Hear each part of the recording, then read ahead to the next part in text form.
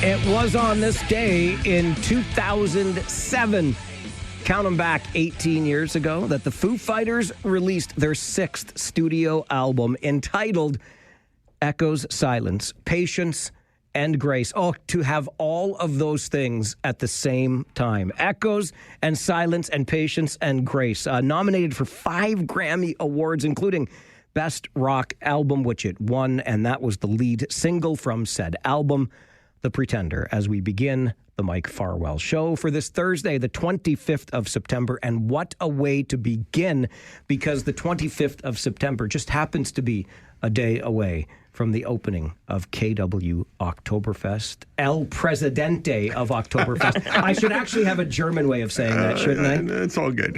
Chef D in studio with us. Good morning, my friend. Hey, good morning. Thanks for having us, Mike. Thank you very much for bringing goodies. That's the only reason I let you in here. I know that. Yeah.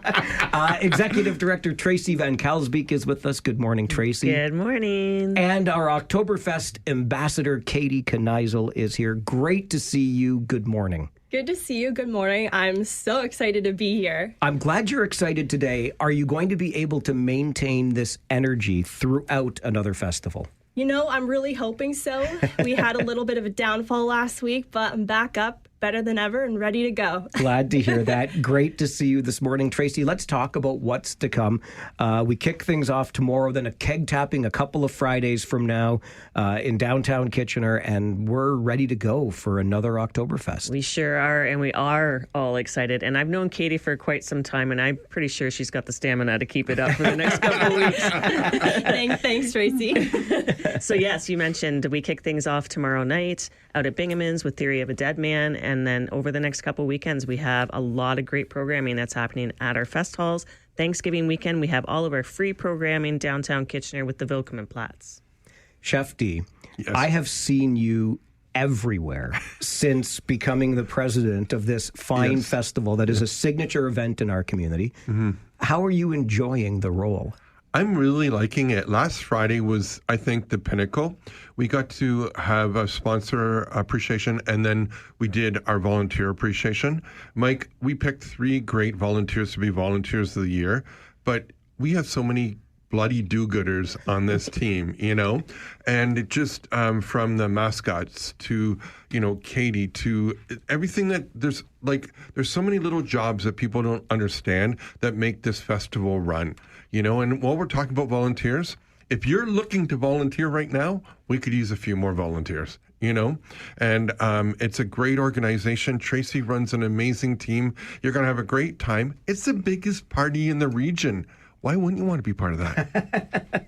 I've had the opportunity to volunteer with Oktoberfest before, and it really is a worthwhile experience. And to that end, Sheffy, the number of people that I see year after year after year after year, in some cases, this is a family affair of 100%. Volunteering for decades with this festival. Yeah, generations. Right. Exactly. Mm-hmm. I know a certain bride of mine that loves to be on the mascot committee. I must say, too, Chef, you rock that lederhosen. Those leather shorts, buddy.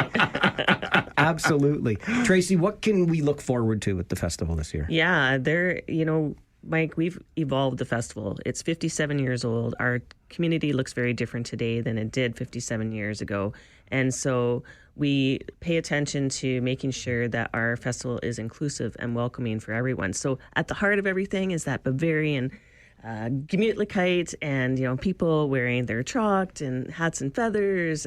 But, it's a cultural festival. And so people coming out, they can experience food, they can experience music, dancing. It's all the best stuff. And, we look through that lens when we are creating our different events. So that's why downtown is free. It's a place to start with Oktoberfest. You can come and experience it. And from there, you can go out and visit one of our fest halls and, really get into the spirit of Oktoberfest. And we really have, in recent times, sort of extended this a little bit longer. We still, I think, have those, 10 or 11 core days in October, but now getting started tomorrow night at Binghamton's with Theory of a Dead Man, as you mentioned, really, I think, makes our festival here mirror what's happening in Munich a little bit more closely. Yes, absolutely it does. And they start in September as well. And, we're Canadians. We know what the weather is going to be like, and it's going to be a little bit nicer usually in September. So it does make sense to kick things off around the same time. And yes, traditionally the festival was kind of a 10-day solid. It's nice to be able to kind of spread it out a little bit over a couple weekends too, and that makes it a little bit more available for people to be able to attend. Katie, what does your schedule as the Oktoberfest ambassador look like for the next several weeks? Yeah, for sure. It's definitely looking a little busy. We kick off our ambassador search next Monday, so really looking forward to that. It was an experience that I truly appreciated and just got to see the festival at a whole deeper level, which was really cool. So that's what I'm starting off with. And then we have our downtown where we're opening Oktoberfest. We have our first official keg tapping next Friday, I believe. On the 10th. Oh, wow. Yeah. Okay. Well, That's just okay. explains It feels like next Friday, actually. It feels like next Friday. It really does. And so I'm just really looking forward to it and just being able to see the festival from a different lens and appreciate it so much more. So it's looking busy, but I'm really excited, and I'm excited for the next ambassadors to be able to experience this as well. Can you talk a little bit about that process, Katie, of applying for and becoming the Oktoberfest ambassador? Yeah, for sure. So our application deadline does end tomorrow, but if you're hesitant, don't be hesitant, because I actually put my application in at 11:45 p.m. the night it was due. I didn't know that. You know what? I really love procrastination. It's something I strive on. So yeah, if you're hesitant about it, just put it forward. So applications do end tomorrow, and then there's different ways that you're judged throughout the whole process. So we have a judging panel, which happens the final week before the ambassador is announced. We have different events throughout the community. So I believe we're going boxing this year, so that's really exciting. We get to go to the food bank, which is always an amazing time, and just get to mingle with the other contestants. So I'm really looking forward for these individuals. I think it's going to be such an amazing time. If I could just add one thing about the ambassador program that's probably changed a little bit since the days that you were involved, Mike, too, is that with the ambassador now, they get announced after the festival, and then we work with them for the next year. We have them come out and do opportunities like this where they're speaking in the media or at different events. So then they're being coached along the way. So then they're ready to go for the festival, and then they're part of that party for that year, and then move things over to the next one. So it's changed a little bit. You need to tighten up the applications for president, though, Tracy. Tell me about it. We just let anybody do this. Exactly. And the other thing that I want to mention too, this Saturday we're having at the Schwaben Club, they're having their first ever patio party. So if you're out and it's supposed to be a nice night, like the weather's 27 degrees on Saturday, join us on the patio. It's going to be a lot of fun. I love that. Schwaben on Shifley and Breslau. Exactly. That's right. Yes, So in you Breslau. remember that location. And then Katie and I next week will be seeing you at the auditorium. You're coming to the hockey game? Yeah, we're Oh my gosh. Katie's dropping the puck. Come on. I'm so excited. I know, I'm going to be escorting her. It's something I've always wanted to do. Is drop the puck It's a at the bucket Ranger list game. thing. Who wouldn't want I to? know, right? You can be out there in front of 14,000 eyes, right? Yeah. Two Yeah. per fan. So absolutely. Now, Katie, are you practicing your technique? There's a flick that goes with that. Yeah. Yeah, I mean, we'll drop it with some authority. Playing hockey for 15 years, I think I got it You down. nailed it. But Okay. you know I don't know why I what? brought that up. You know what? There's always an opportunity for messing up, I guess. So we'll see. Hopefully I Katie, can do we it. got gonna it. be We great. got it. No, We got Hopefully it. don't be trip great. and fall. You'll be fine. I only bring that up because years ago, Yeah. they recognized a darling young woman, or a darling older woman in Owen Sound who had been volunteering for about 50 years, 50. Wow. And so she gets to drop the puck, except she got out there, and I think she was so excited, she just dropped it before any of the players were there. She's out on the red carpet. She's, okay, I'm ready. We're going to drop the puck right now. Katie, you're going to rock it. So you're going to be at the game next week. Next week. On October On the 3rd. Okay, yep. Very good. Tracy, one of the things I like to do when I start the show every day is what we call the Farwell Show 5. Give people, 5 little things to think about for the day. But I thought in honor of Oktoberfest and the 3 of you being here today, maybe we could deal with 5 fun Oktoberfest facts. Yeah. I was thinking of 5 fun things to do. Is that all right? Absolutely. Okay. Whatever it is. I'll give a couple, and if you guys have something that you want to share too. But definitely the official keg tapping is always my favorite. That day is such a fun day. We started out at the Walper and what we call the Loft House, and then we go over to City Hall for the mayor's reception. But then everybody joins us at Carlsberg Square. So things kick off around 11:30. Noon is when we start to do the keg tapping. By 12:30, that keg is tapped. But it's just being part of the community like that, and the vibe that's there, like it's second to none. I've never experienced anything like that, and I've been doing this thing for 20 years now. So that is on Friday, October the 10th. That's right. And I want to issue a challenge if I can. Okay. Because I'm going to be in Sault Ste. Marie with our Kitchener Rangers. I want to hear the count, okay, from Carlsberg Square to Sault Ste. Marie. I think we can do that. Exactly. Yes. I think we can Okay. do All right. Yeah. So we've that's one. Got the keg tapping on the 10th. Yep. I would say the Oktoberfest Thanksgiving Day Parade. Absolutely. We were talking about volunteers and generations of volunteers. Generations of families have come out to watch the parade. And 57 years, that's a long time. And it's part of the whole makeup of Waterloo Region. So that would be my number 2. Do you guys have anything that you'd want to share? Schnitzel. I love it. Comes to food for him. Spatzel. I love Sausage on a bun. Yes, please. Right? Sauerkraut. Oh, right. Lots of sauerkraut, Yeah. right? Yeah. Can we talk? Strudel from the Alpine Club. They still hand pull I know they that do. stuff, right? I know they do. You're allowed only one piece. Chefy. I know people. Okay. I know people over there, okay? Don't worry. My friends at the Alpine Club, I always sneak an extra. I'm sorry, but I do.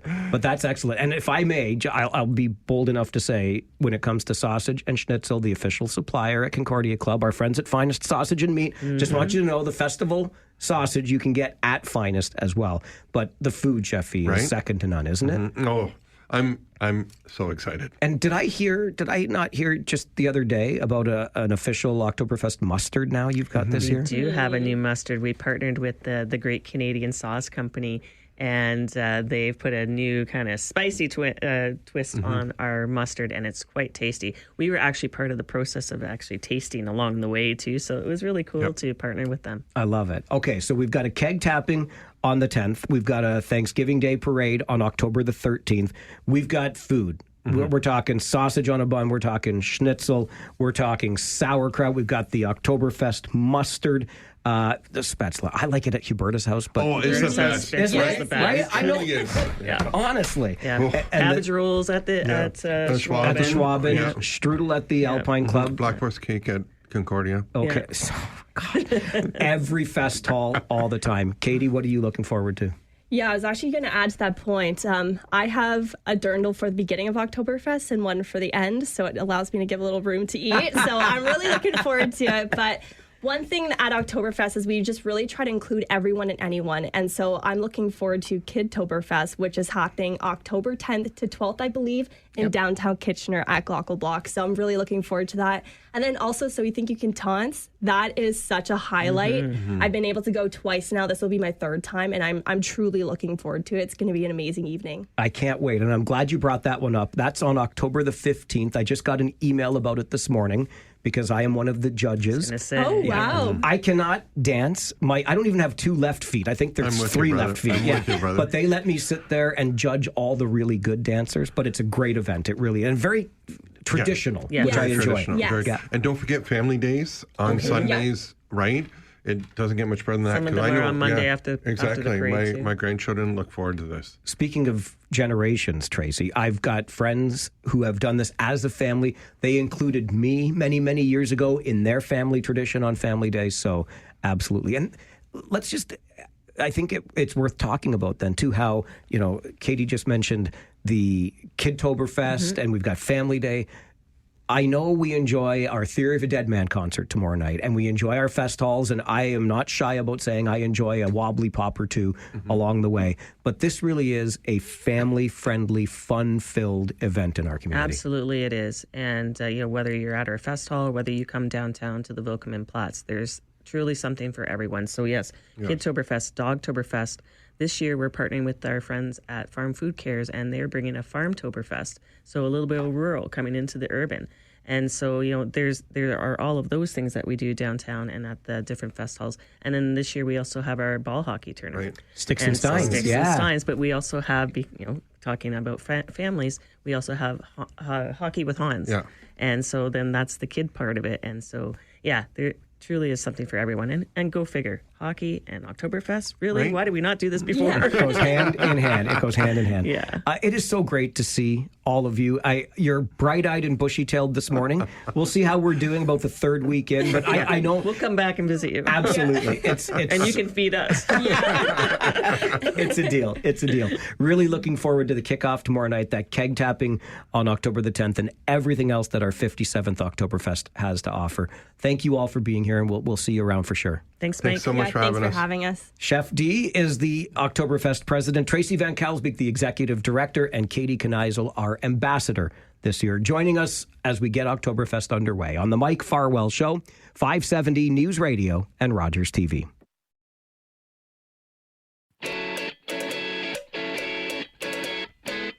Well, that's not a bad way to start our Thursday, is it? I've also got myself the official KW Oktoberfest President's pin.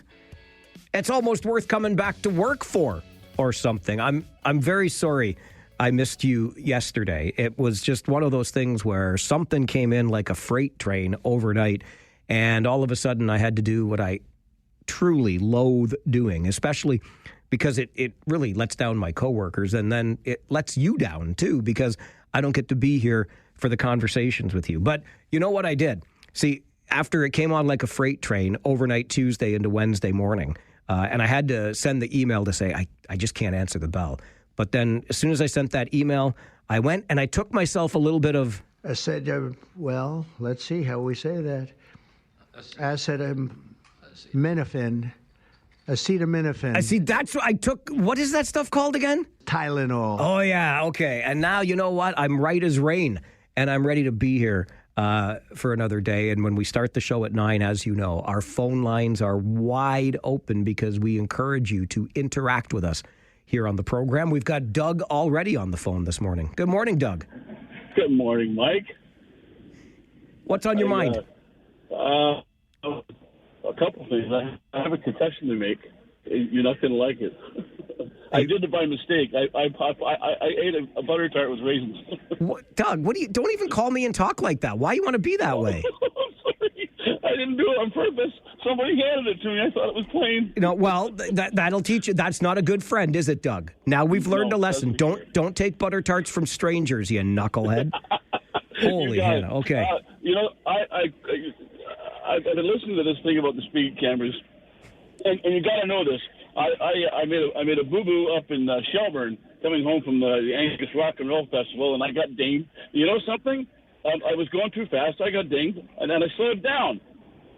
I mean, this thing upsets me more than anything else because Premier Ford engages in a lovely hyperbole about millions of ways to make people slow down, which is garbage, and ignores statistics. Things he likes to quote statistics till they're coming out of the wazoo about how things can be done. Here's the statistics saying things work. Everybody likes them. Well, 76% of drivers like them. I don't understand this. I just, I hate it because I think they are necessary. Maybe a necessary evil, but they're necessary.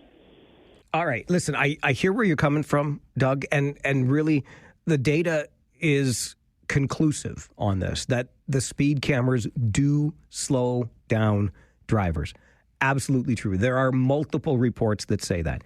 Here has been my concern since day one with these ding-dang cameras. The way they have been rolled out, in my opinion, has been rather ham-handed. And the cameras now come across to look like they are more about generating revenue than they are about actual safety. If you want speed cameras to slow down drivers, put the speed cameras in the places where drivers are going the fastest. Hello, Homer Watson Boulevard. Hello, McQueen Shaver, etc. And if they are truly about safety and we are concerned about our precious little ones as they make their way to and from school, activate the cameras during school hours. On a Sunday morning on Blue Vale Street in Waterloo, where the speed limit is 30, if you ding somebody on their way to St. Agnes Church doing 42, I'm sorry, but that's not the speeder that you're looking for. That is simply catching an inattentive driver on a Sunday morning. Somebody that just let their speedometer, heaven forbid, get to 42. Is there a compromise to be made here? Maybe that's what we'll hear from Premier Ford this morning at 11. But we will carry that media conference for you live here on the show. We will hear directly from our Premier and Transportation Minister. Tony is on the phone with us. Good morning, Tony. Good morning, Mike. You stole my thunder. I agree with your comments 100%. I think people seem to have forgotten, like when the region says they're doing things for our betterment. I'll go back to people remember back when the region was giving you money to turn in to replace your toilets to make everything more efficient and to save you money.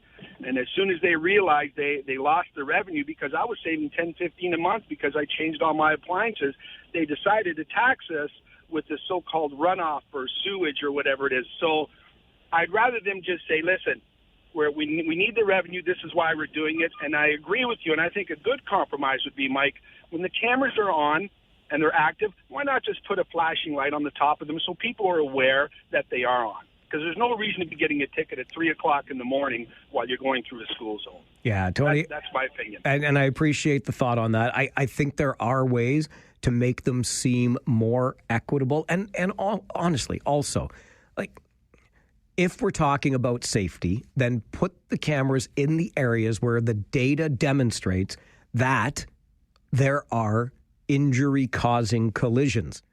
Simple as that. And the data doesn't show us that on the streets where these cameras are being put. And that's a problem. Jersey Bill, good morning. Good morning. So if you want to call Chef D a good German name for his new post, call him der Bundespräsident. Bundes being like a word for federal association. Since that's what I'm looking for. Bundesliga. The Bundesliga. The Bundesliga. Exactly. Okay. Okay, very good. That's it. Okay. All right, Billy, thank you very much. I was slow on the uptake this morning with my German recognition of Chef D's presidential honors with Oktoberfest this year, as Sheffy and Tracy Van Kalsbeek and Katie Kneisel, our Oktoberfest ambassador, joined us to get the show started today. We have got a lot, and I do mean a lot, to get into, not the least of which will be, oh my, that Cambridge Council meeting on Tuesday evening and all of the talk around encampments. I promise that's on the way this morning. You'll want to hear some of the language because it gets pretty fiery, and I understand because these are an ongoing concern in our community. So that's still to come. And right after this update from the 570 News Center, let's talk French Immersion and how the Catholic School Board is changing where it's delivered and the concern that's causing for parents. That's coming up on the Mike Farwell Show, 570 News Radio and Rogers TV.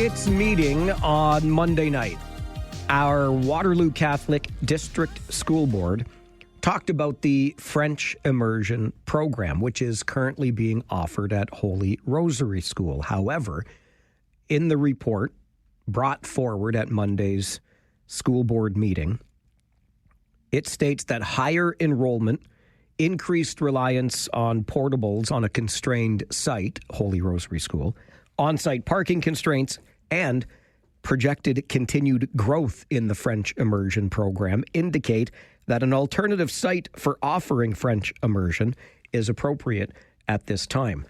The thing is, that appeared on the agenda Monday night, but affected families had no forewarning of this and thus didn't have a chance to weigh in with any concerns.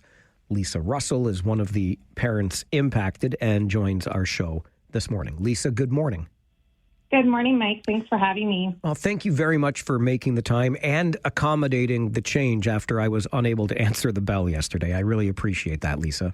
No problem. Can you share with us the impact that a change of location for French Immersion would have on families? Yeah, absolutely. I mean, this is devastating for our community. Ultimately, they've made this decision and created this fairy tale story that this whole cohort, this community is moving to a new school together. But that's not going to be the case. When it comes to French Immersion programs, the reliance is on parents to transport them to the school if it's an out-of-boundary school. A lot of families in our neighborhood won't be able to do that. This is being positioned as a means of addressing overcapacity at Holy Rosary, but the flaw in their decision ultimately is that these families may not even move from our school. So it's very short-sighted. It doesn't address the overcapacity at our school for sure. And it takes kids that are living in this neighborhood in Westvale away from their neighborhood schools and transports them 10 minutes from here. How did you first learn about the board's plans? Yeah, so I learned about it actually about 10 p.m. on Sunday night through a Facebook post that was made in our community group. And ultimately, this wouldn't be on our radar that early without the parents being involved and aware of what the board is doing behind the scenes.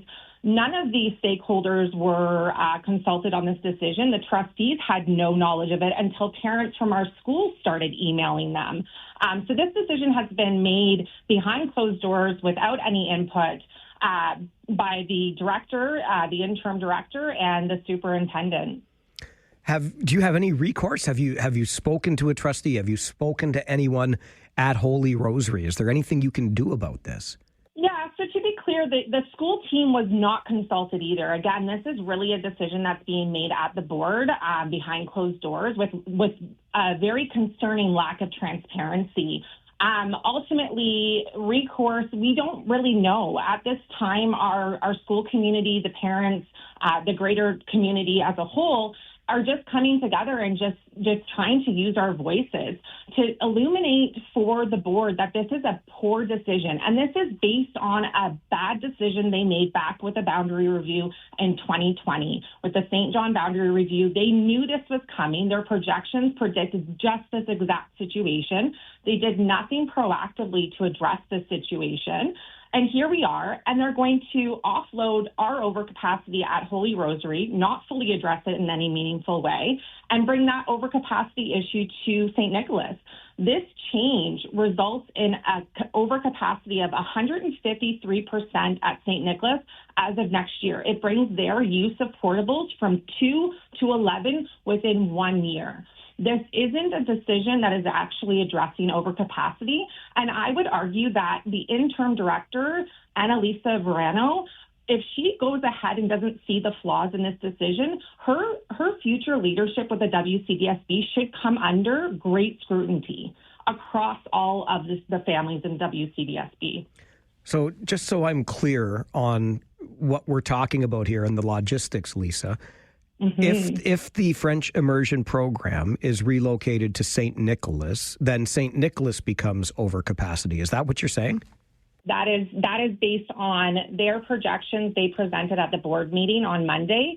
They know that this is going to happen, and they're willing to go ahead and do this because ultimately Holy Rosary doesn't have the physical space to accommodate more portables, but St. Nicholas does. Back when they did the original boundary review in 2020, they identified that St. Nicholas really only has an ability to accommodate 8 portables. And one of the limiting factors was identified as the bathroom situation there. And now they're just going to blatantly ignore that willfully, throw the St. Nicholas community at overcapacity, 153%, and they haven't addressed the previous limitations that they identified.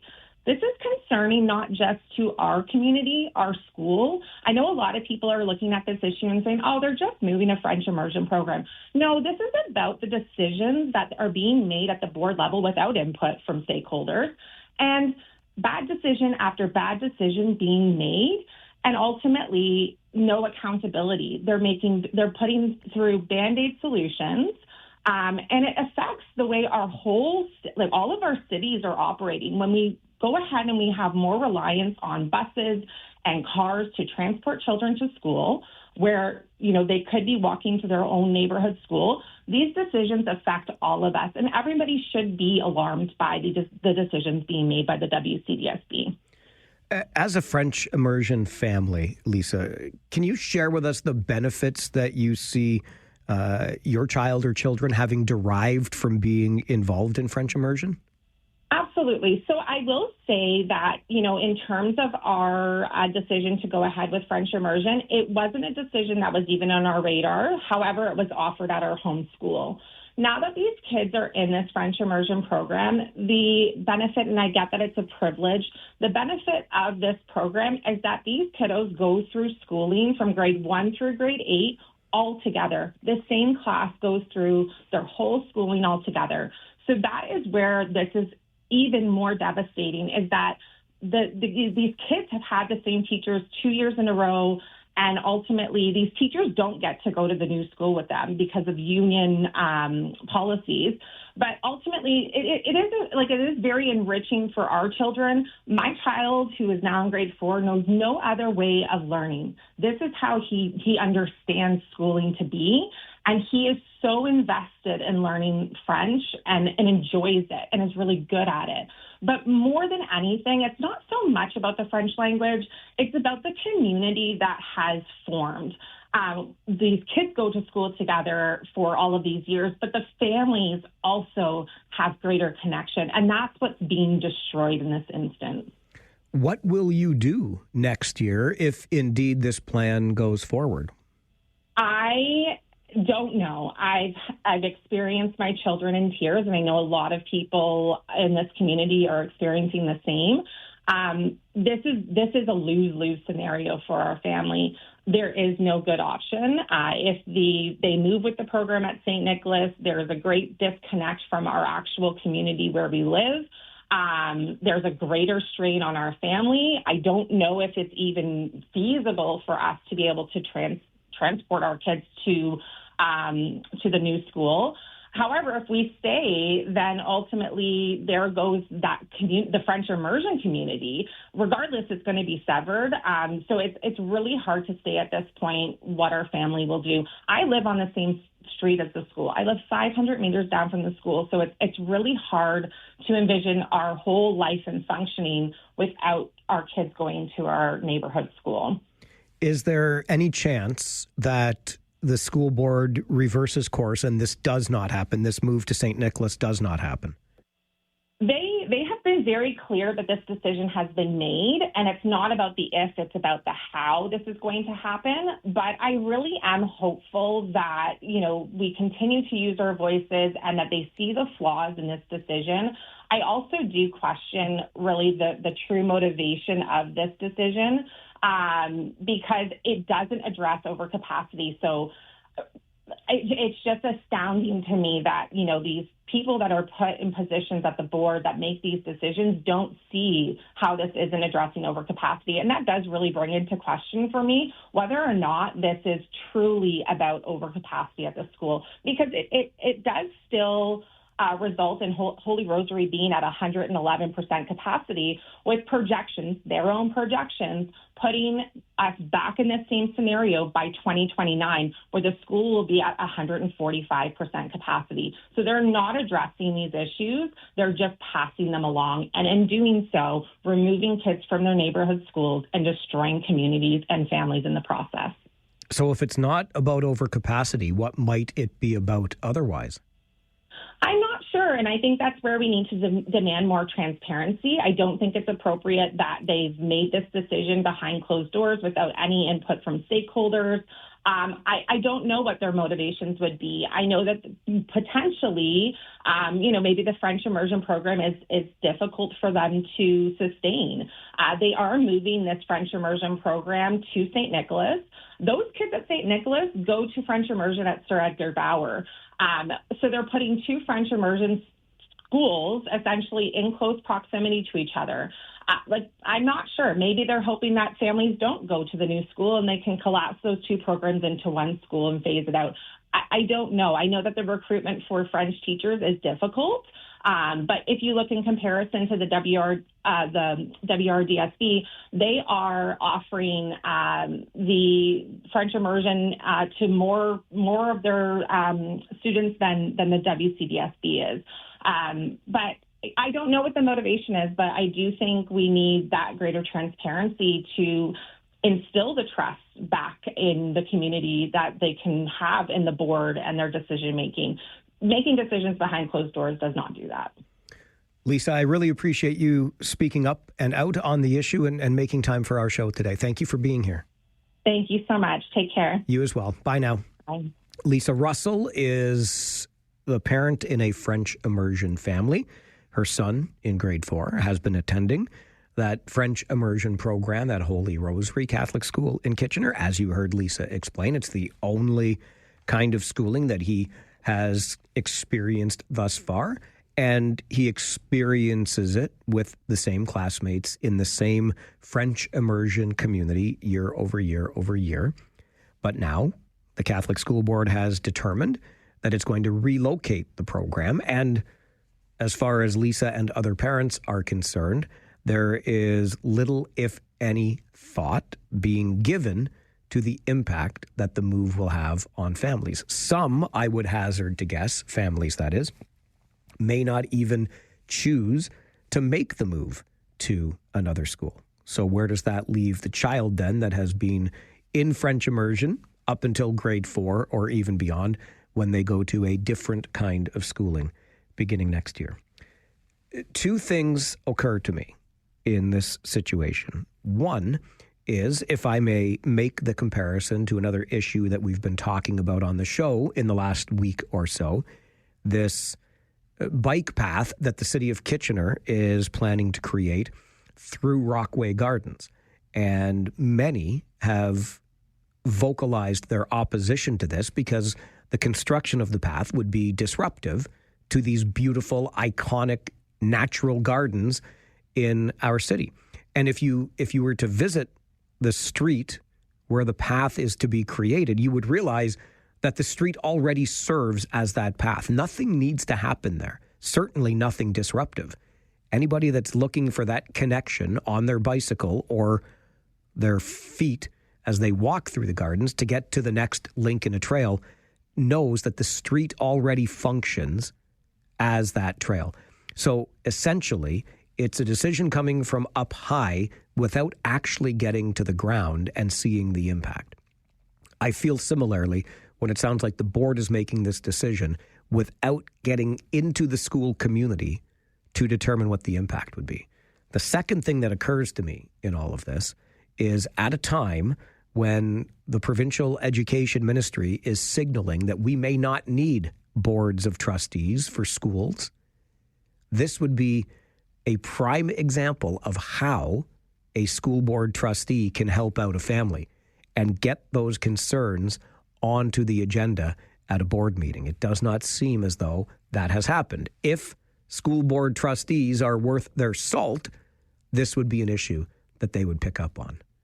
Some high-level thoughts from here on the Mike Farwell Show this morning. This is 570 News Radio and Rogers TV.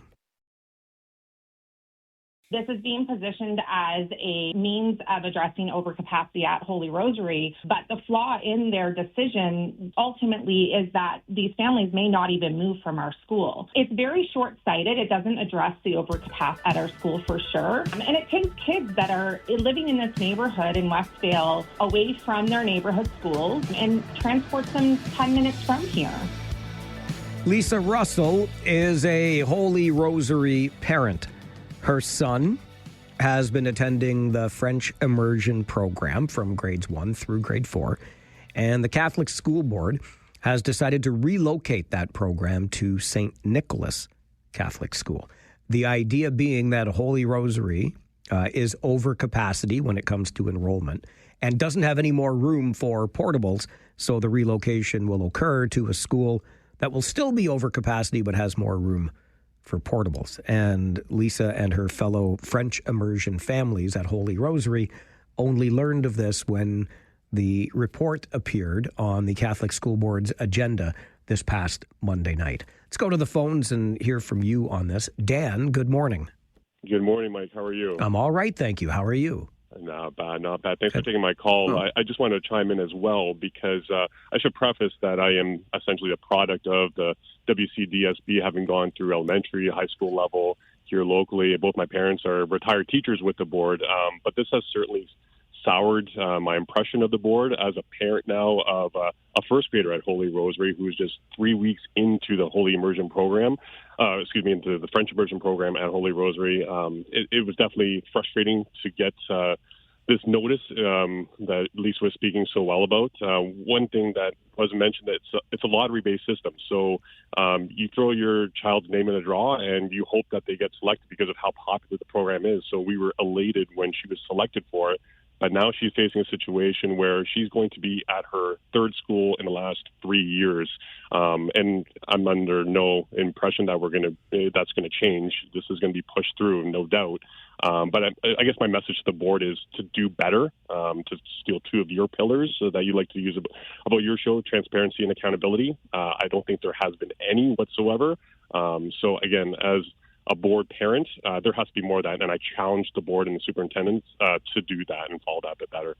So, Dan, will you relocate your daughter to St. Nicholas School in order to stay in that French Immersion program?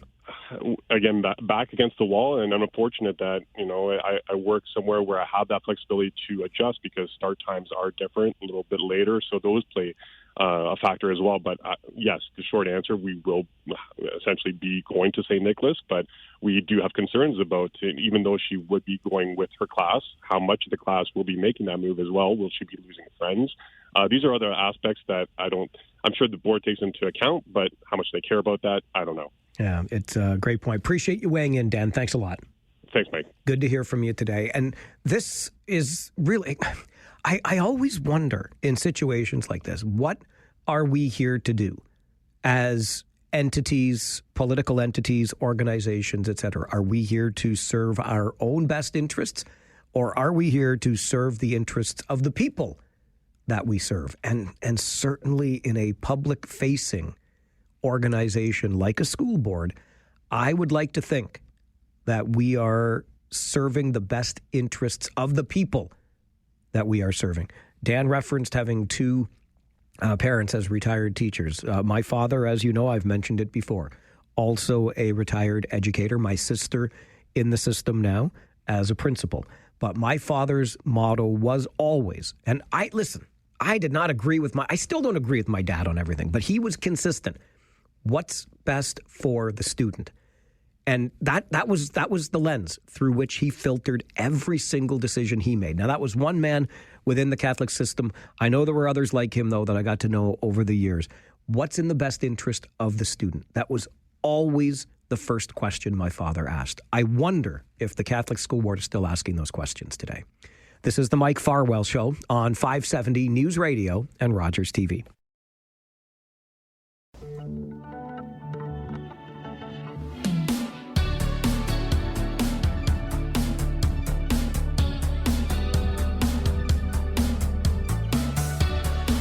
If it's one thing you can count on in the region of Waterloo, it's that there is never a shortage of things going on. And that's why we get the opportunity this morning to talk to you about Climate Fest. It is Waterloo Region's very first, being hosted this coming Sunday, the 28th of September, on Gaukel Block in downtown Kitchener. Joining me to talk more about it this morning, Tova Davidson, who's the Executive Director at Sustainable Waterloo Region. Tova, good morning. Good morning, Mike. How are you? I am just great, thank you. How about yourself? Really good. Glad to hear it. And Kira Chisholm is with us as well. Kira is a program development coordinator with Sustainable Waterloo Region. Kira, good morning to you. Good morning. If I could start with you, Kira, Climate Fest, what's it all about? Tell us what's happening on Sunday. Yeah, so we're really excited as part of the Climate Action Waterloo Region program to be hosting a celebration of local action in Waterloo Region. There's so much happening around climate. There's so many wonderful organizations, groups, whether they're really innovative on clean tech and building or doing the grassroots work of advocating for change.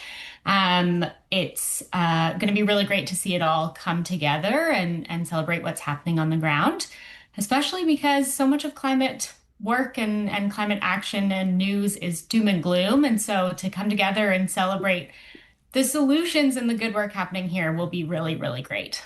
Tova, on that note, I mean, it does sound gloomy sometimes, and frankly, signals we're getting from the administration south of the border suggest, and even some are arguing here, you know, with pipelines and resource extraction, that maybe climate isn't top of mind anymore. Why does that make this an important moment for the environment? Yeah, you know, I actually think Waterloo Region is a little different than what we see in national news and international news because there's such an incredible community behind this. And we actually understand that climate isn't something that is separate from all the other priorities we have as a community and as a nation. It's actually deeply integrated. And so being able to host an event where people are brought together that can come and see all the great things that are happening, all the ways it's going to make your life better, the ways it's going to build community, and to come together as community in a way that is fun and celebratory and hopeful is a way to make us continue to move forward, even when the outside message is sometimes that this is something we don't need to think about. Why now with Climate Fest? The work of Sustainable Waterloo Region, we know, has been ongoing. You've done great advocacy and created partnerships with all levels of local government. We hear from you frequently there. Why this celebration for the community at this time, first ever? So I think this is a great signal from the Climate Action Program, which Kira is now the plan manager, started with us as a coordinator, but actually has become plan manager over the last few years. And it's work we do in partnership with Reap Green Solutions and the municipalities, and actually a whole community movement, including, you know, the Chamber of Commerce and school boards and public health and the municipalities, of course, and a wide variety of other groups, researchers included. But part of the reason why this matters so much is actually building on the foundation that Kira and her team have created. The idea that we have done smaller events, but never brought together the whole community to talk about this and to celebrate what we've done. And there was some research that happened recently about what communities in Canada are having the most public reporting, most concerted community effort towards sustainability, and Waterloo Region came out tops. It's our governance model. It's the program that Kira runs. And we just want to make sure that everyone knows that now is the time, and that this new campaign we've launched that says, with you, we actually can do this, is a hopeful one. And we want everyone to feel like they're part of the movement and they're empowered.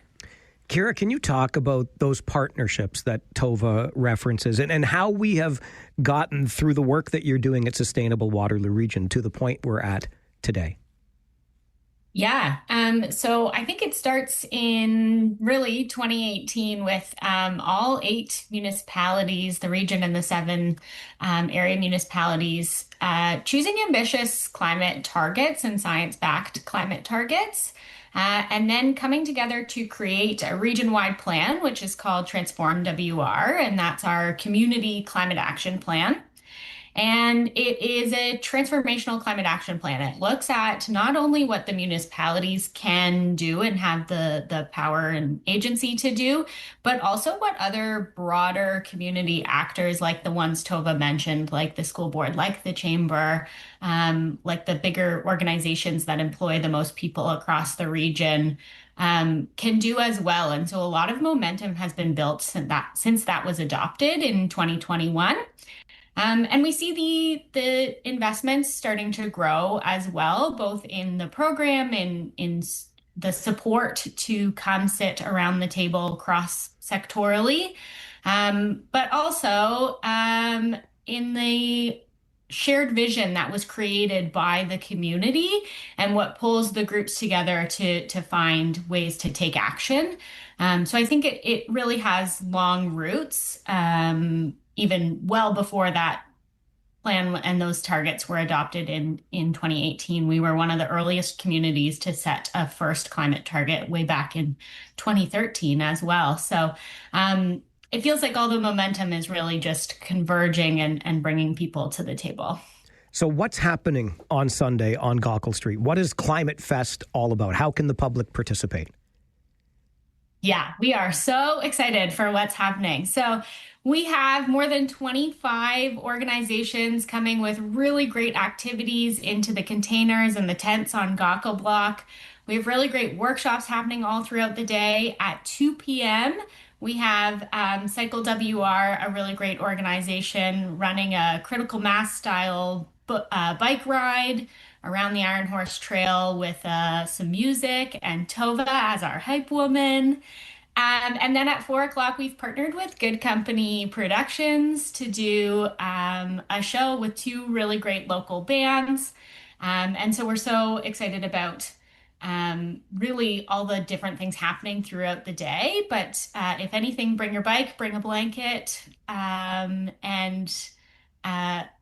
be ready to be entertained. And this is all free to the public to just come and enjoy. Totally free. Yeah. It's also going to be really great for kids too. So many great activities for the whole family. When it comes to picking a hype woman, you couldn't have picked anyone better than Tova Davidson, I don't believe.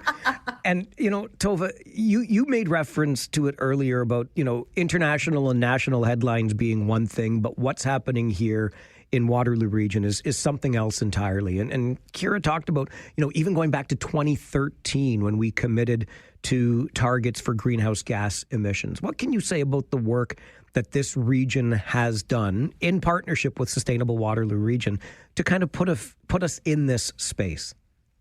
It's an incredible history, and I often get up on this soapbox, so thank you for letting me do it one more time. A lot of people think, we are a tech center, and we are, and we're an innovation center, and we are, but it doesn't live only in tech. This community, I believe, is one of the foremost places where sustainability innovation happens. The Blue Box launched here. We have the oldest and largest faculty of environment in Canada. We're the smallest community in Canada with a fully electrified light rail transit, and we're looking to expand it and grow it continuously. We have the Evolve One building, which is the very first of its kind net positive energy building, a project we undertook with the Cora Group, who built, owns, and develops it. It's a demonstration of what's possible. Even SWR is now scaled nationally through another nonprofit organization, Green Economy Canada, that we created. It's just this place where we find solutions. We have the mindset of working together, innovating, moving, finding a better way, and doing it in a way where it's not just about the trees and the bugs and the bunnies, as I like to say, that it's actually about a better future for people, a more prosperous, a more resilient future, making sure that we are creating better equity and diversity, that we are considering full system change. It's a unique thing that we do here, and it's something we should be really proud of. And I hope people come out and celebrate it and learn more on Sunday. That future has our region pegged for 1 million people by 2051. Regional Chair Karen Redmond, a State of the Region address on Tuesday, and Chair Redmond will join us at 10:30, just after the 10:30 news this morning, to talk about that and how we are getting future ready, as I use that as a shameless self-promotion based on what you just said, Tova. But looking forward to Climate Fest on Sunday. As you mentioned, we come to Gaukel Block. It's free. It'll be full of energy and full of inspirational stories. It's not all doom and gloom when it comes to the environment. Appreciate the both of you making time for our show this morning. Thank you very much for being here. Have a beautiful day, Mike. Thanks, Mike. Kira Chisholm and Tova Davidson with Sustainable Waterloo Region joining us on the Mike Farwell Show this morning. 570 News Radio and Rogers TV.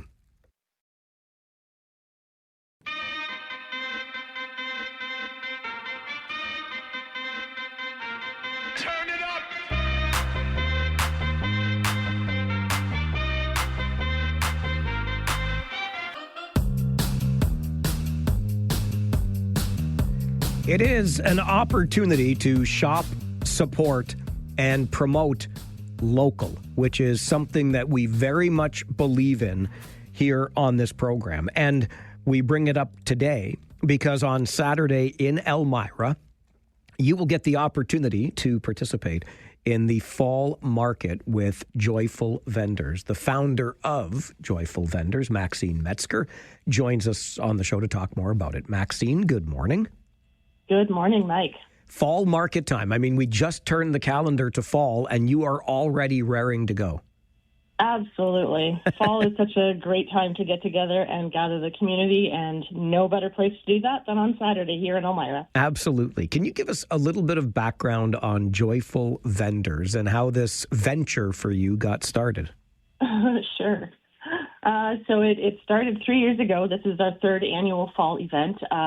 Started with an idea to gather local creators and be able to host a place for them to showcase their goods and their wares. And it just has grown immensely from doing one event just to check it out to see how it would go to 4, 5, 6 events sometimes every year. And we're still getting brand new vendors at these events. I would say about 80% of the vendors for this fall market are brand new. They've never showcased with us before. So there's definitely a huge need to support these local small businesses. And we're really excited to be able to do that for them. I've really enjoyed watching that grow from just that one idea. And here we are, at least seasonally, plus extras, usually, Christmas and whatnot for these markets. And when it comes to it, you talk about 80% of the vendors being new. Has it surprised you in any way, Maxine, the number of local vendors who want to get involved and participate in these markets? It definitely has. I knew that there was a lot of small side gigs out there, but I didn't know that there was quite this many. And the community that they are building as well, whether it's, they're promoting each other on social media or, tags back and forth. It's been incredible to see this grow into what it has been, but definitely surprising to me, yes. So given the size of that community, how difficult is it for you to curate a market? I mean, do you have to turn people away? Every event so far, we have had a waiting list. Right, yeah. Yep. Yeah, this event is sold out, and we've got a number of vendors that have chosen to set up because they just want to be there, so they're going to be outside as well. So we have around 50 vendors, and our winter market, it's sold out inside already, and we've got vendors that are willing to set up outside for that one too. So what can we expect on Saturday in Elmira for the fall market? Yeah, so come up to Elmira Saturday, September 27th. Come and shop, eat, celebrate fall with us. And there's, like we said, tons of vendors there, everything from home decor, candles, skincare, toys for the kids, baked goods. Even a 12-year-old entrepreneur is showcasing her new business. And you can get a head start on some of your holiday shopping and shop, support, and promote local. 12-year-old entrepreneur, you say? Absolutely, yeah. Wow, that's impressive. Now, how do you are these vendors, are these folks finding you now because people are getting ready for these seasonal markets? Or, you mentioned the size of the community, but how do you corral them all? Yeah, well, we do a lot of advertising, and there's lots of different groups online as well that promote local makers. So, of course, we promote ourselves there, and then we just want to get a really diverse group of vendors so that we're not always showcasing, just the same types of products. So they reach out to us and apply via our website, which is joyfulvendorsmarket.com, and we have a team that goes through all of those applications and picks from them for each event. Can you give us an idea of what we will be seeing at the market on Saturday? Well, we've got jewelry, we've got food vendors, we have amazing one-of-a-kind cookies. If you haven't come and tried a cookie from the Cookie Nook, she'll be here again. There's a new wooden furniture artist that's going to be there. Some acrylic oil painters will be there. You name it. We've got a diverse group of people. And Maxine, how do you define local? Are these all folks that are within the region of Waterloo, or do they come from further afield? No, they're all from within the Waterloo region for this event. Absolutely incredible. So it's Saturday, 10 until 3 at Gale Presbyterian Church in Elmira. Absolutely. Admission is free, so it is a great day for families to come. Bring your friends. Anyone who loves to shop local, we would love to see you there. Well, we love talking about shopping local, too. So looking forward to the market on Saturday. Maxine, thank you for being here this morning. Thanks so much for having me again, Mike. Maxine Metzger is the founder of Joyful Vendors Market. The third annual fall market happens this Saturday, 10 until 3 at Gale Presbyterian Church on Barnswallow Drive in Elmira. And you will get all manner of vendor on site, including that 12-year-old entrepreneur. And I'm pretty sure I heard Maxine mention cookies. joyfulvendorsmarket.com, the website for further information. And if you are a potential vendor, maybe getting your application in for the upcoming winter market, which will happen in November. But we're focused right now on Saturday, 10 until 3 at Gale Presbyterian Church in Elmira. Joyfulvendorsmarket.com is the website for more information. Speaking of the weekend, I wanted to let you know about this as well, because it's a pretty cool event that's been going now for almost 40 years in our community. It was previously known as the Mary Allen Studio Tour, which, if you know kind of Midtown, just on the cusp of Uptown Waterloo, the Mary Ellen neighborhood, it's got a really strong fabric, and the neighbors are extremely well connected to one another. And they have opened their doors and wanted to put their talents on display through an annual studio tour. It's evolved from the Mary Allen Studio Tour to become the Midtown Artist Sale and Tour. And it is happening both Saturday and Sunday this weekend. So lots of opportunity for you. Listen, it's never too early to start thinking about holiday gifts. And these are unique, one-of-a-kind local artists that are providing for us. Saturday, 10 until 5, and Sunday, noon until 4. You can take part in the Midtown Artist Sale and Tour. It'll run you right through that Mary Allen neighborhood. And we've got about more than 36 artists who will have wares on display. You can learn more at mastkw.ca. Mast, MASTKW.ca. So, as I said at the beginning of that conversation with Maxine, if it's one thing you can count on in this region, it's that there's never a shortage of things to do. We have a busy 30 minutes ahead between 10:30 and 11, right after the 10:30 news. We will hear from Regional Chair Karen Redmond on the heels of her State of the Region address from Tuesday morning, as we try to get ready for a population of 1 million people here in the region. There are things that need to get done. And Chair Redmond is talking about being proactive as opposed to reactive. So you'll hear from her just after the 10:30 news this morning. And also before 11, it was quite the meeting of Cambridge Council on Tuesday night around encampments and how we approach them, including a very passionate and dare I say scathing delegation from a local business person. You probably heard the story on All News Mornings today. Our reporter Justin Kohler was telling it, but an investment worth tens of millions of dollars in jeopardy in Cambridge because the developer says it's becoming a place that's not economically sound for us to do business based on the impact of these encampments. So you'll hear those stories between 10:30 and 11 right here on the Mike Farwell Show. 570 News Radio and Rogers TV.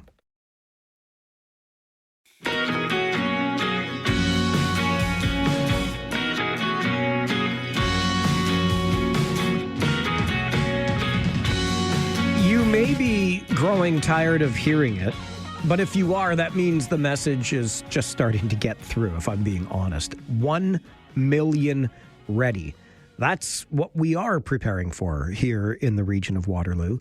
A population of 1 million people by 2051. If I'm being honest with you, I have my doubts that we'll actually reach the number. We're about 700,000 now, but population growth has been flat for the last year.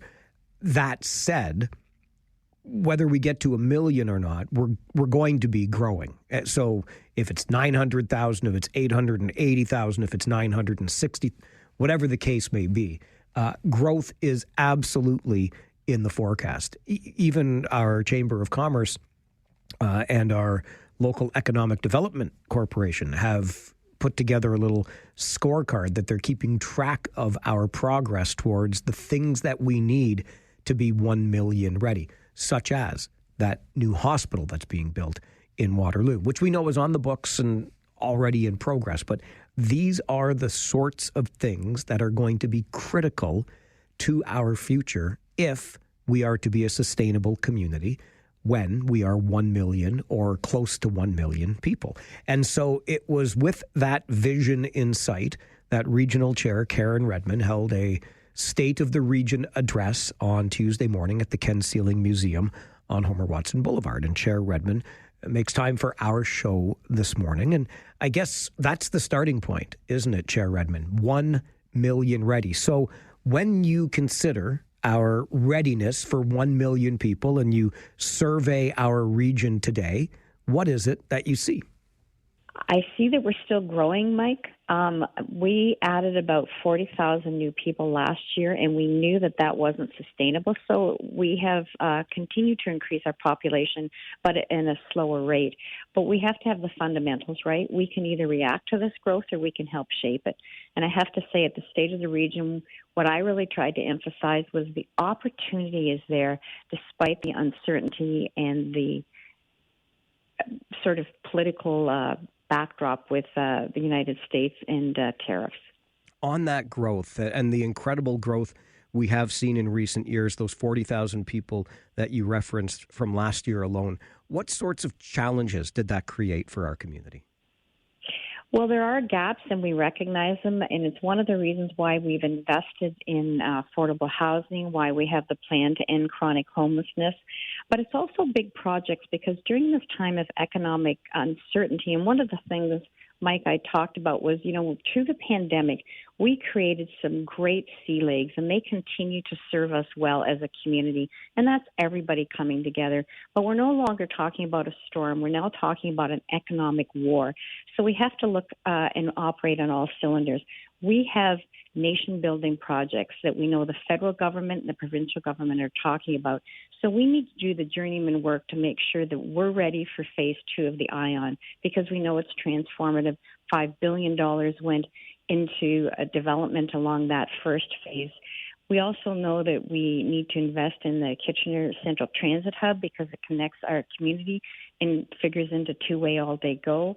We have a mega site for generational investment and a rural transit strategy. So we need to operate on all cylinders to make sure that those gaps are filled in, and when senior levels of government come to us, we have projects that are ready to push go.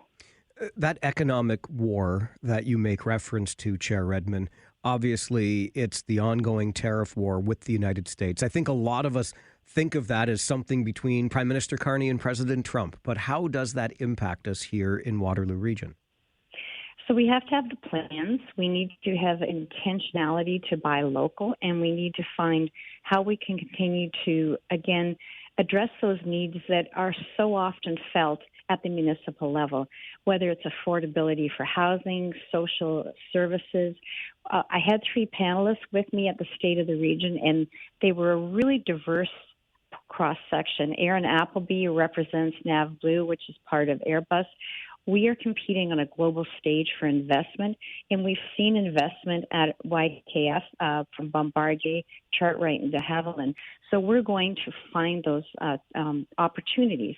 We also had Jeff McIntyre, who is with the Grand Valley Construction Association, and they're very forward-thinking at looking at what we need for skilled labor, and also he's involved in a program that's existed at the region, and it's training. It's called the Path to Employment, and it is a program that takes people who are in OW, skills them up, and we have about 300 people who have participated, and we also have 2 people that were living unsheltered that now live in a stable environment and have employment. So those are the things that really move the dial, both for the individual and the community. And we had Kim Decker, who is head of the YWCA in Cambridge. And they opened a 20-bed, 24/7 shelter for women. And we knew that was a gap. So we need to do all of that and more.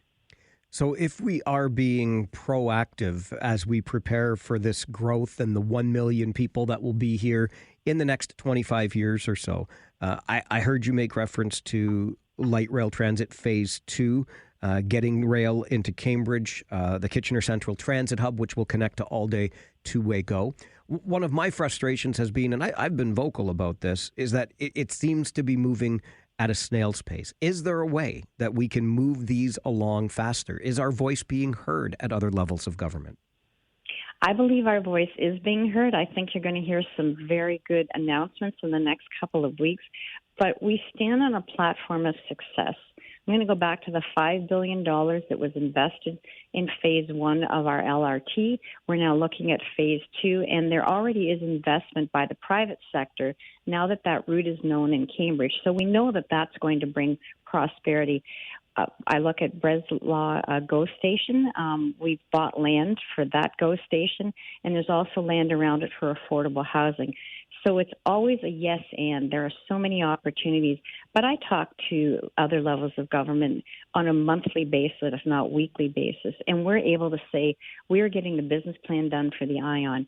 Here is our plan to end chronic homelessness. So we are coming at it in context and having done the work to say, these are the things that are going to move the needle. I know that assembling that land in Wilmot for the mega site was not without its challenges. Now that we're at the state we are at with that land assembly, how important a piece is that in our economic future?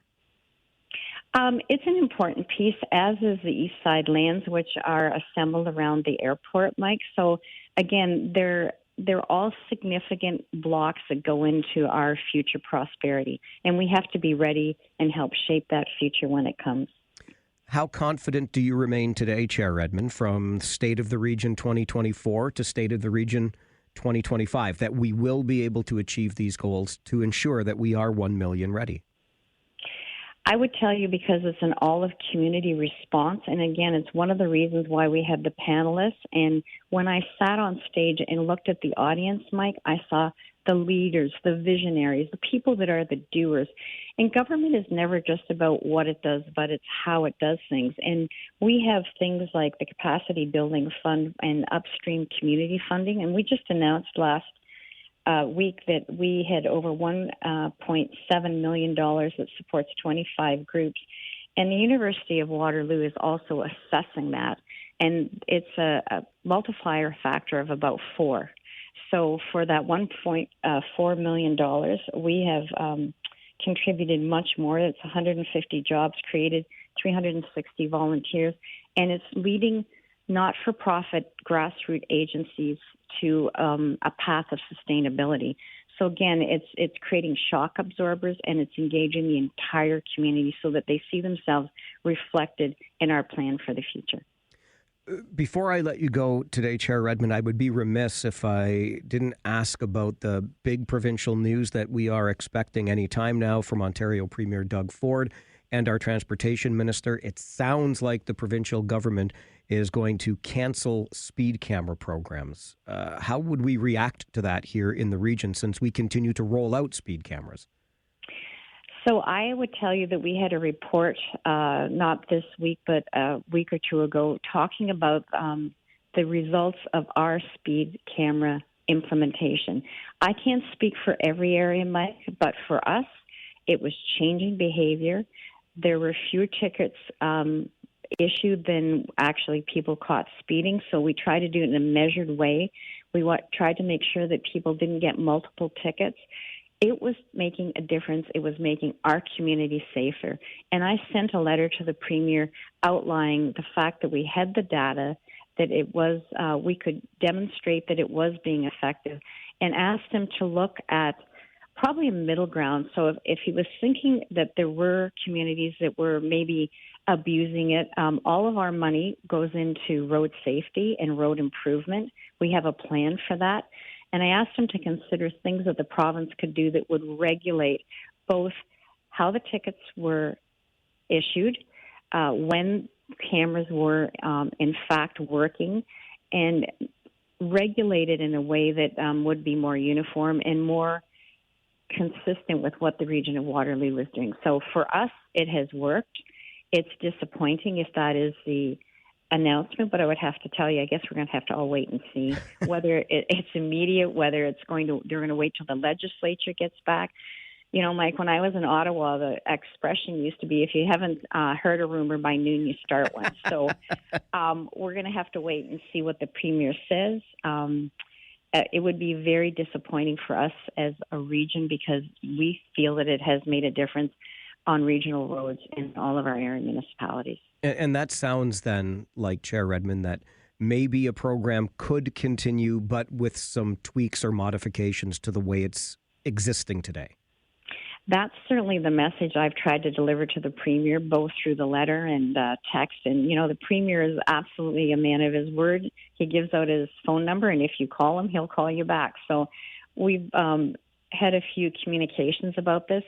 It's a huge issue. I know there are people that are upset about getting tickets, and the simple response is don't speed. And I know especially in our townships, Mike, speeding is one of the number one issues that they talk about when we talk about roads and safety. It's speeding through those settlement areas in the township. So I'll be interested to see what he says. I'll be interested to see if it truly is doing away with the program or if he is going to look at tweaking it. And I would imagine that you'll hear from different sectors of the community on both sides. As always, Chair Redmond, we appreciate your time on the show. Thank you very much for being here today. Thank you for the interest in the state of the region, and stay tuned. Mike, we're in for exciting times, and we're going to be ready for all the people that are choosing to live with us in Waterloo Region. We look forward to that. Thank you again. Thanks. Regional Chair Karen Redmond, get ready for it. We're getting ready for it as leaders in the community. 1 million ready by 2051. And oh yeah, by the way, that announcement from Premier Ford and our transportation minister on speed cameras, we are expecting in the next 15 minutes or so, we will go to the media conference live. This is the Mike Farwell Show, 570 News Radio and Rogers TV. We need to have intentionality to buy local, and we need to find how we can continue to, again, address those needs that are so often felt at the municipal level, whether it's affordability for housing, social services. So we're going to find those opportunities. Regional Chair Karen Redmond on the heels of her State of the Region address earlier this week. That was on Tuesday. Also on Tuesday in the evening was a meeting of Cambridge Council that really brought the challenges with encampments to the fore. I want you to be able to hear some of what happened during that meeting of Cambridge Council. But my number one priority on this show is to always give you your voice and a chance to have your say. So I'm going to put a pin in the Cambridge Council discussion on encampments, and we will discuss it between noon and 1 today when we have open lines for Talkback. But right now, it seems that you want to talk back about the state of the region. So let's get right to the phones. Conservative Charlie, good morning. Hi, Mike. I had a phone in after listening to Miss Redmond her talk about these speed cameras. Just all the positive stuff. Mike, yesterday we were driving south on Highway 8 from Cambridge, down past the roundabout on Highway 5 to a little hamlet called Copetown. Are you familiar with that, Mike? I'm very familiar with it, and I think I know what you're going to say about that drive. Mike, in Copetown, there's one set of traffic lights there. There's at Flamborough Hills Golf Course. There's a fruit stand and an organic meat market. And some large houses that are set well back from the road. And now we have signs, Mike, saying, coming soon, speed cameras will be installed on Highway 8. Funny thing, Mike, there's no schools there. So either this is a blatant cash grab, or the fine folks in Copetown are anticipating building a school in the next 20 or 30 years. One or the other, perhaps. Remember, community safety zones also apply. But on that same Highway 8 drive, maybe you didn't get far enough. I'm trying to remember the name of the school, but it's right there along Highway 8. They have a sign that says reduced speed when lights are flashing. This is a neighboring municipality to the region of Waterloo, and they can do speed applies when lights are flashing, not all the time. Anyway, Premier Ford's media conference, a little over 10 minutes away. We'll go to it live. Mike is with us this morning on the phones. Good morning, Mike. Greetings. Listen, did you see that article about the 2 million people that somehow the cameras couldn't read their plates? Yes. Yeah.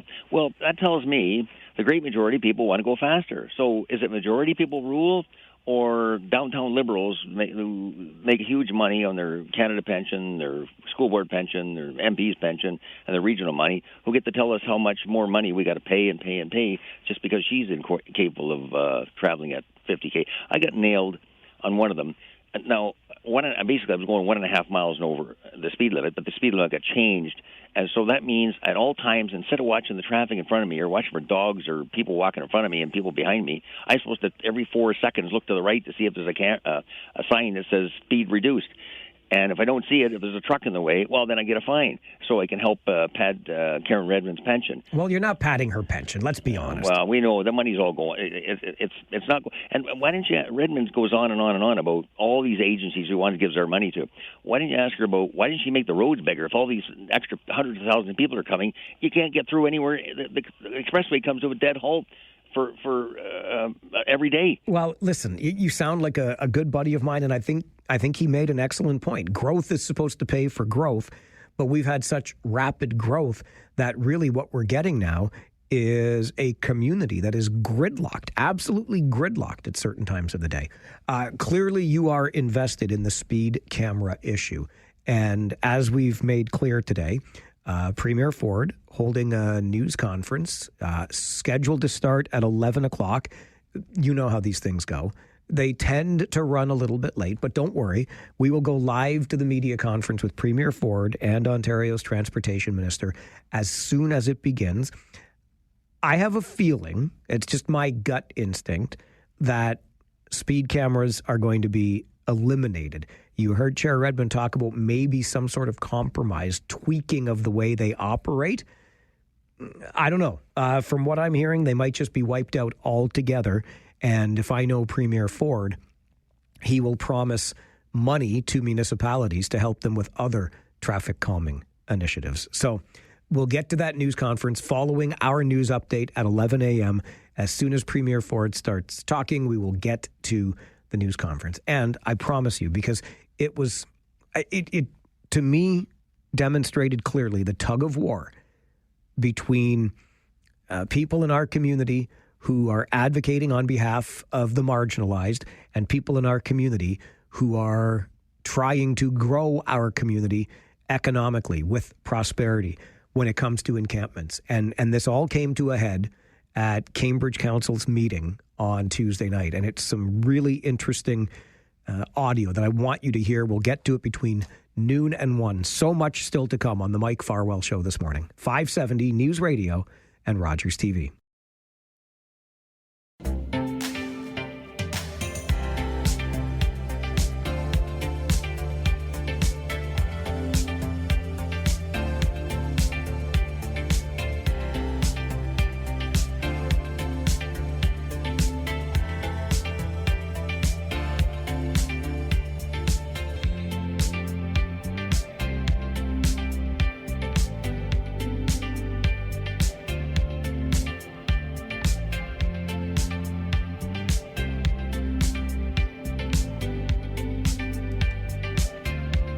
Okay, Premier Ford, I know your job is merely to run the province. Our job here at 570 News Radio is to be live every day, bringing the news and information along with a little bit of entertainment for the listeners of this station. So the sooner that you get your 11 a.m. media conference started, the better. 5 minutes and counting, but that's okay. One of my colleagues just poked his head in the door and said, this brings me back to the pandemic times when we would have media updates daily from either the Prime Minister or the Premier, often both, and we would carry them live every day. I don't really want to remember those times. And is it just me? Or do we talk about those times more lately? Have we been always going back? Well, you remember during the pandemic? Oh, ever since the pandemic. Anyway, I'm going to stop that right there because I do feel like it's coming up far too much. What we are awaiting this moment is a media conference from Premier Ford in Vaughan. I'll remind you, and this gets so interesting. It is Vaughan, the city above Toronto, if you remember the old advertising. But it was Vaughan, where the mayor is Stephen Del Duca.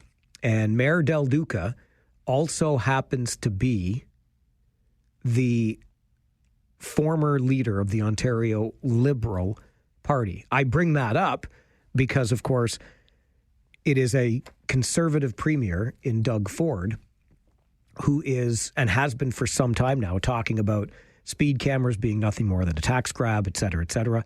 And it was Vaughan, where the mayor is the former Ontario Liberal leader, which has been the first municipality to end its speed camera program. Much like in other areas, the speed cameras were generating controversy. People were quite upset. Vaughan first paused the program and then dropped it entirely. That's the backdrop for the Premier's media conference this morning that we are waiting to begin. And here's the other interesting part about Vaughan, its mayor, Stephen Del Duca, the former leader of Ontario's Liberals. He was also, Stephen Del Duca was, the legislator who brought into law, who wrote the law for speed cameras many years ago. Imagine that. So how the tune changes, I guess, when you hear the kind of feedback that mayors and premiers, or our premier, have been hearing. Now, Dave makes it clear via email to Mike at 570news.com. He's not so sure it's the majority that does not want speed cameras.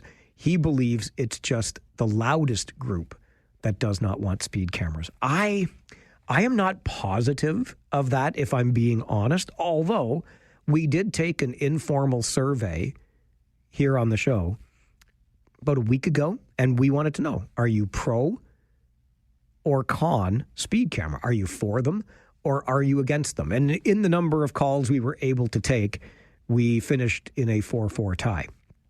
That led to a follow-up email from Julie, who said, you asked the question the wrong way, because she says she actually supports speed cameras and the use of them as a means of slowing down traffic, but she doesn't agree with the way that they have been implemented here in the region. And I think that sums it up pretty nicely, doesn't it? If we actually put the speed cameras in areas where the data demonstrates to us that the roads are dangerous because of the number of severe collisions, injuries, etc., I think we could get behind that a whole lot more as a safety measure, couldn't we? If we put the speed cameras in areas where speeds are being traveled fastest. Again, I will point to McQueen Shaver Boulevard, Homer Watson Boulevard. We could find lots of places in this community. How about putting them on the expressway? Remember the original photo radar, if you want to call it that, canceled by Mike Harris back in the mid-1990s, put photo radar in vans on the side of the 401. If you want to catch people driving like jackwagons, that's the place to do it, where they're doing 130 or more kilometers per hour, because you can't have police everywhere. Those are the areas where the danger is greatest. What we have done instead is taken neighborhoods, declared them community safety zones, and started changing speed limits, in some cases to as low as 30 kilometers per hour, and then punishing people at all hours of the day, every day of the week, every day of the year, if they, heaven forbid, drive 42 kilometers per hour in a posted 30 kilometer per hour zone. So I think Julie's on to something with her email that she sends to Mike at 570news.com. It's not the speed cameras that we're against, it's the way they have been implemented.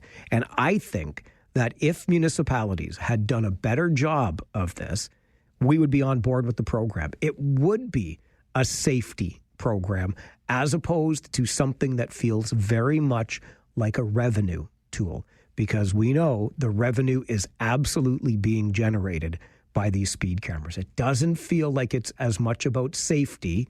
It feels more like it's about revenue because of the times of the day and the speed limits that are posted that is catching drivers. I'll also remind you again, 56,000 tickets issued in the region in the first 6 months of the speed camera program. 56,000 tickets, but 2 million recorded incidents of speeding.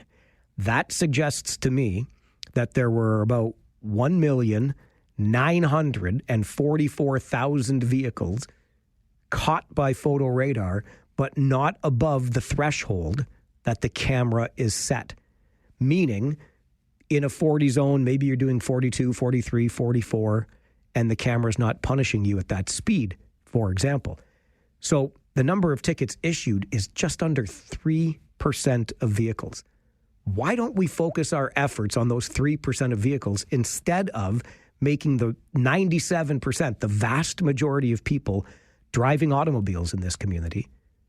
Why make them feel like criminals instead of just going after the 3%? I think that's a fair question to ask in all of this as well. And if I'm honest, I'm a little bit tired of the emotionally charged rhetoric that suggests that we are going to have carnage. People are going to die on our streets because we take away speed cameras. Stop it. Let's be fair and honest about these things, okay? Still awaiting the premier to come to a podium. I'm assuming there will be a podium in Vaughan. And the minute he does, we will go to that media conference. In the meantime, if you would like to tell us what you think of speed cameras and what you want to hear from our premier in mere moments, we would love to hear from you. This is the Mike Farwell Show on 570 News Radio and Rogers TV.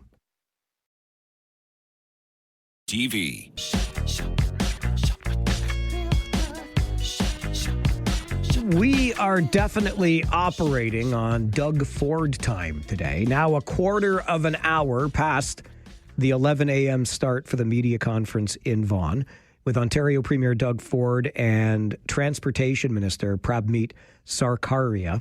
We will go to that media conference live the moment it begins, but in the meantime, we can talk about speed cameras here on the show. Jerry is with us. Good morning, Jerry.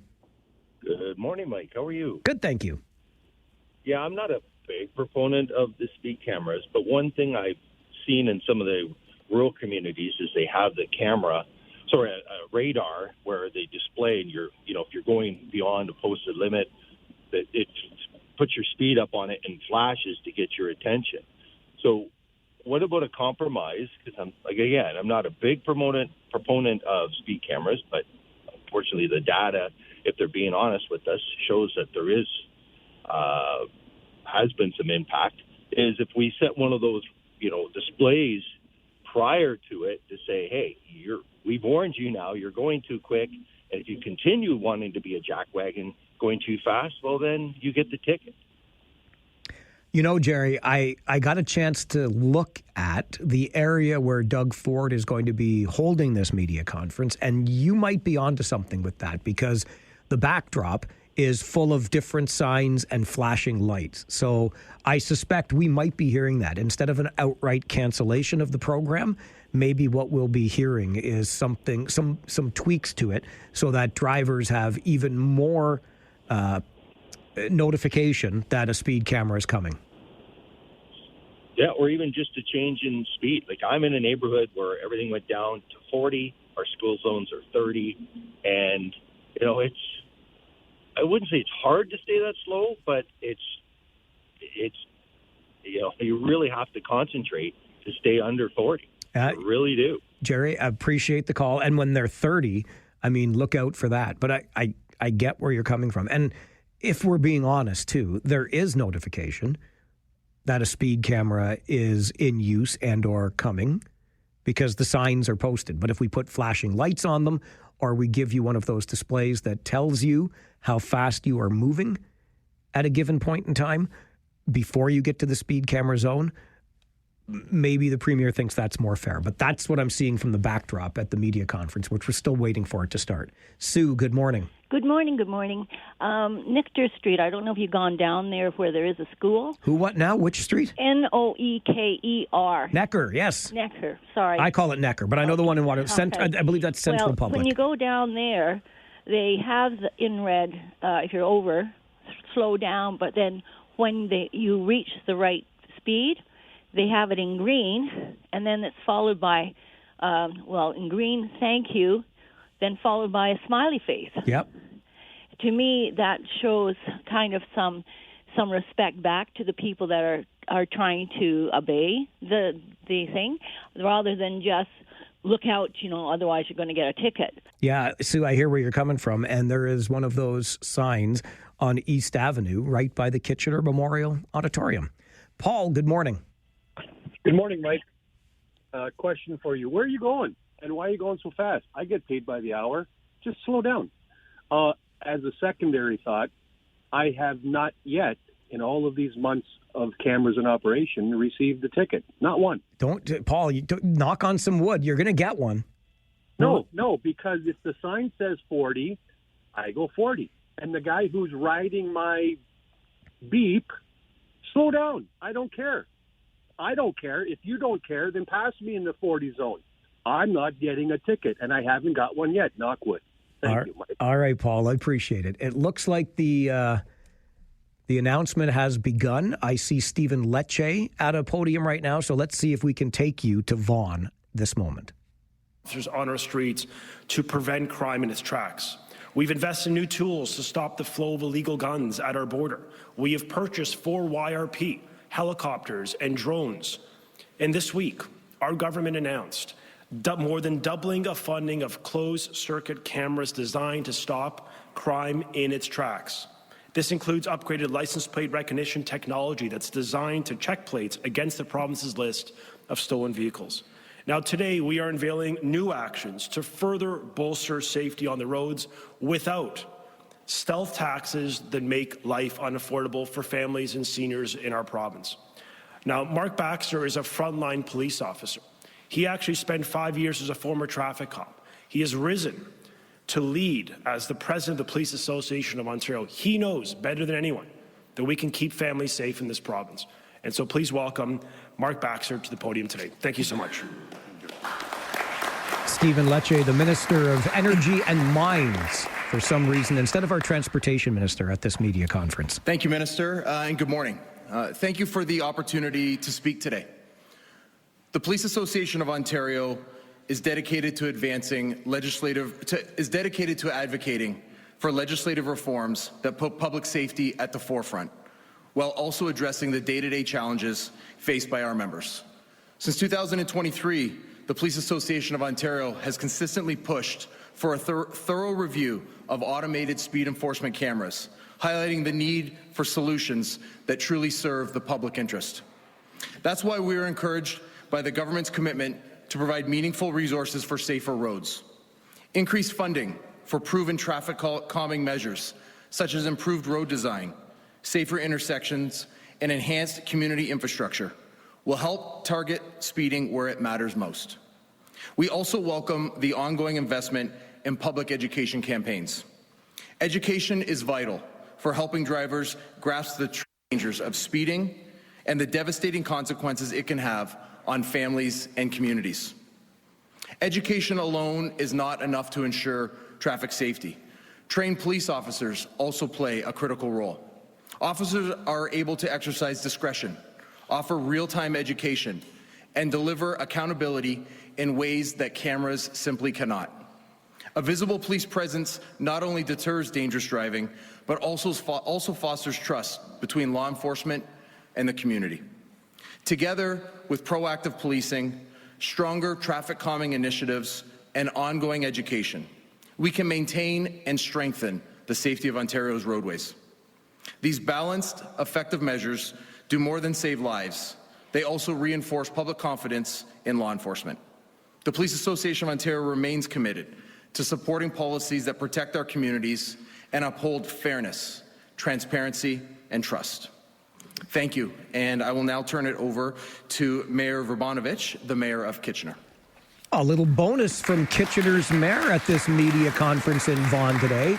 Here comes Mayor Barry. Well, thank you very much, Mark, and good morning, everyone. It's a real pleasure to be here, and let me begin by emphasizing, I know that there's not a single elected official coming to this podium today, or for that matter, I believe in the province of Ontario, that doesn't have the safety and security of the residents they represent top of mind. I can also tell you that the residents we hear from also believe having safe communities and safe roadways is a major priority. But when it comes to automated speed enforcement, that's where folks go on to different pathways. People want traffic calming, people want infrastructure improvements like the ones behind me, people want speed enforcement but prefer it from a real live officer. From the mother coming home at 11:30 from shift work to the older adult who has been driving for more than 50 years and got their first ticket unknowingly, the list goes on. Residents largely didn't believe they were learning a lesson. They were just getting angry, losing their faith in government, and having dollars taken from their pocketbooks. As the Mayor of Kitchener, one of Ontario's biggest cities, I take the responsibility of the safety of our residents very seriously. That's why I, along with our council, have wholeheartedly supported Kitchener's Vision Zero strategy, a long-term plan to reduce serious injuries and death due to traffic collisions to zero in our community. Through our Hotspot Improvement Program in Kitchener, we're using citywide data to understand where the greatest risks exist and understanding them through traffic calming, road reconstruction, and other measures like those being proposed today. It's making a real difference. It was also a big part of the reason why last year in October, the City of Kitchener Council decided not to be part of our region's ASC cameras on our city-owned roadways. We believe that our Vision Zero initiatives, built on a foundation of changing behavior through road design and not punitive measures, has been the best tool to balance safety and affordability for our community. Premier and ministers, today's announcements are about listening to the residents that we all serve so that together we can build safer cities and communities and a safer Ontario for everyone. And now I'd like to invite my friend and colleague, Mayor Alex Nuttall from Barrie, the other Barrie, to the podium. Didn't expect to see Kitchener Mayor Barry Verbanovich here, but there he is, and now Mayor Nuttall from Barrie. Well, I'd like to just say what Barry said, because I think it was very effective, and I think it tells the story of what's happening inside of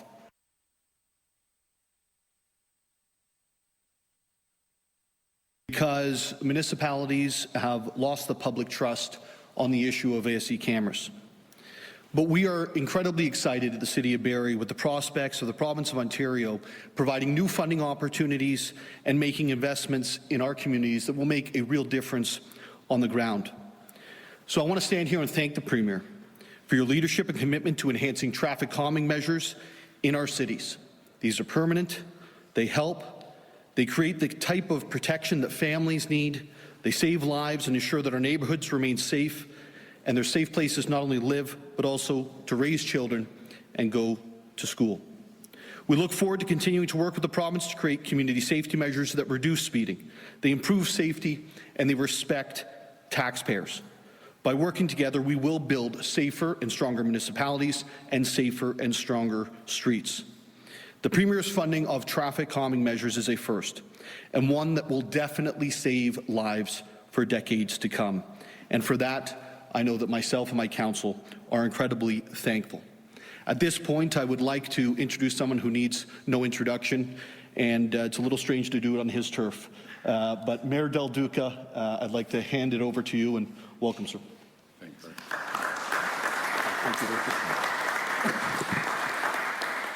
Well, good morning, everyone. Thank you for being here today for this important announcement. Really honored that it's taking place here in the City of Vaughan in our Joint Operations Center. I want to thank all of the City of Vaughan staff, many of whom are here, including our city manager, Zoran Postic, and so many other women and men who work hard each and every day in our city to keep our residents safe and to maintain an exceptional quality of life for the people of this city. I also want to begin by thanking Premier Ford, of course, as Mayor Nuttall mentioned, for his leadership and for being back here in the City of Vaughan today to discuss this important topic, and I believe to provide clarity and certainty about the path forward for all 444 municipalities as it relates to protecting vulnerable road users and enhancing road safety for all. I do also want to thank Ministers Lecce and Sarkaria, and of course MPP Laura Smith and Minister Tobolo for the ongoing partnership and collaboration that we are blessed to have with the provincial government here in our city.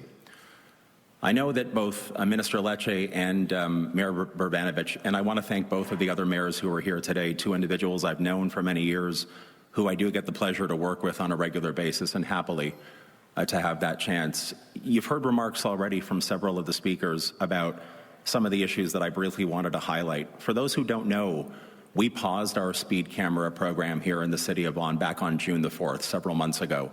And just a few days ago, we made the final decision as a council to end the program altogether. I want you to know that in the brief few weeks that the program was running here in the city of Vaughan, the outpouring of reaction that we received from our residents was nothing short of remarkable.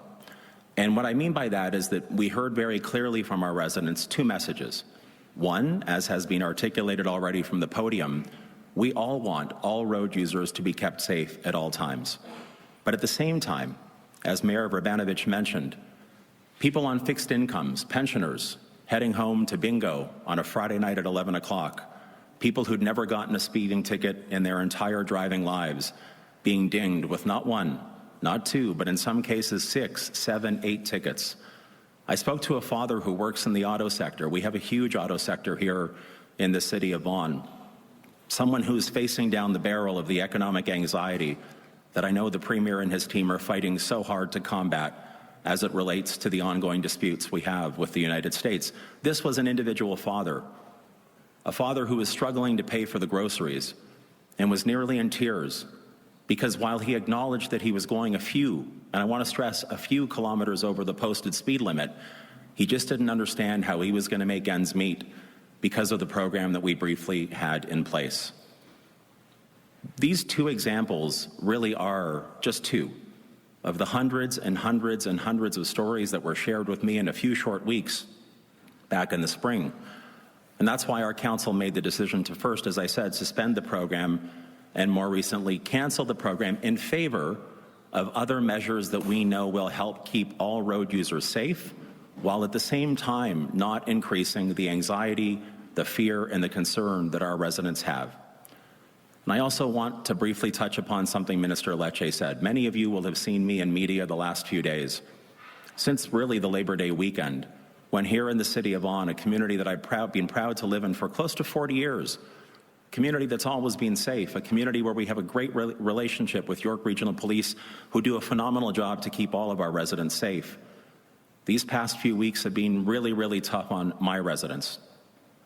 A gentleman on Labor Day weekend who was gunned down in front of his kids because of a home invasion. We've seen homes shot at. We've seen stores. You're listening to coverage of a live media conference in Vaughan this hour. We're waiting for Premier Ford to talk, but Kitchener Mayor Barry Verbanovich already has. Changes to Ontario's speed camera program. I believe we'll hear from Premier Ford next. It's on the Mike Farwell Show on 570 News Radio and Rogers TV.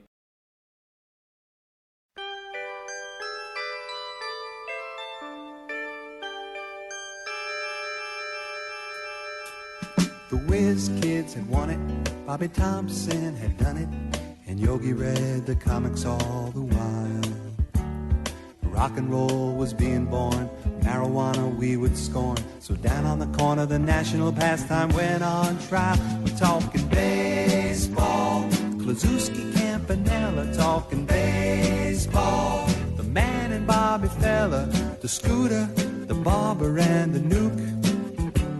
They knew them all from Boston to Dubuque, especially Willie, Mickey, and the Duke. It is time to talk some baseball with the one, the only Blue Jay hunter who was patient enough to wait for the one and only Premier Doug Ford. Doug Ford has banned speed cameras, Ian Hunter. Can we ban umpires who are trying to help the Yankees win the AL East? I love the conspiracy theory. I love it. I'm hearing that quite a bit on social media, but I was just thinking, Mike, now we can buy playoff tickets because think of all the money we're going to save not having to pay for these speed cameras, right? There you go. Exactly. Money saved from speed camera tickets to be invested in Blue Jays playoff baseball. And there you go. Yes, I've been following that conspiracy theory with some amusement myself. But the bottom line here, Ian, is it's just kind of a bad time, I think, for the offense to go pretty cold. Yeah, this is probably one of the worst stretches offensively for the Blue Jays this season. 4 hits total last night. You know, they only get the one run off of a late home run by Isaiah Kiner-Falefa late in the game in garbage time. And this is now 1 or fewer runs that they've scored in 6 of their last 7 games and 4 or fewer hits. So, you know, it's funny. A week ago, the Jays were won the first 2 games of that Tampa series. I believe they had a five-game lead in the division.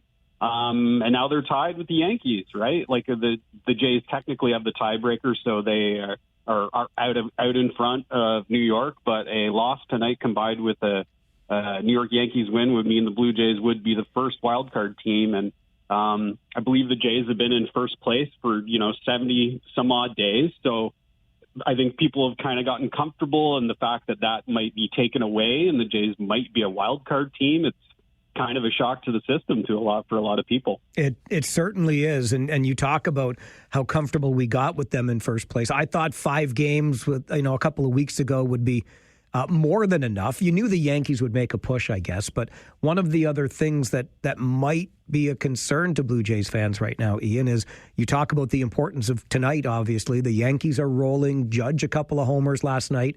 And the Blue Jays have got a bullpen day going for their game against the Red Sox. Yeah, so this is they're starting Louis Varland, a pitcher they acquired from the Minnesota Twins at the trade deadline. A guy who has a 5.66 ERA since joining the Blue Jays. The Twins converted him back into a reliever this year, so he's pitched exclusively out of the bullpen. He has had some experience as a starter, but he struggled last year. So the problem with Varland is he's got good velo, like he can huck it in there at 99, but 100, but it tends to be quite flat with not a lot of movement. So hitters have tended to be all over him. I don't know how deep he goes into this game, maybe 2 to 3 innings, but I think John Schneider is probably going to be managing this game like a playoff game, right? It's going to be, we may see 4, 5, 6 relievers depending on how deep Varland goes and what the score is, because although the Blue Jays are in the playoffs, they've clinched a playoff spot. I think it would really behoove them to get that AL East title and the divisional bye, because one, it gets them a little bit of rest for guys who are on the IL, potentially coming back, like a Chris Bassett or Bo Bichette. And but also it just gives everyone else rest. Like, you could obviously see players are worn down, pitchers, the workload is catching up to them. They need that extra rest rather than playing an additional series. And as we've seen, the Jays haven't exactly fared very well in the wild card series in the playoffs. I have a bit of a conspiracy theory of my own regarding that making of the playoffs and then being in this situation today without yet clinching the division. Can you hang on a bit for a second, Ian, and then we'll come back, and I'm going to get your perspective on that. Yeah, sounds good. Thank you very much. Ian Hunter is our Blue Jay hunter. I mean, what else could we do but talk about the Blue Jays today as we all get a little more anxious with 4 games left in the season? Stay with us. We'll continue the conversation, and I'll share my conspiracy theory on the Mike Farwell Show, 570 News Radio and Rogers TV. And a special edition this morning of Blue Jay Hunter, because after a loss last night and another Yankees win, it's a dead heat in the American League East, although the Blue Jays do hold the tiebreaker. Here's what I've been wondering about, Ian, and I know there was a lot of concern several years ago when the Blue Jays celebrated clinching the playoffs like they had just won the World Series. They celebrated again when they clinched versus Kansas City. And I just, does any other sport do this? Like, yeah, you got in, but boy, that's an awfully big celebration. And ever since then, what have we been doing? We've been in the dumps.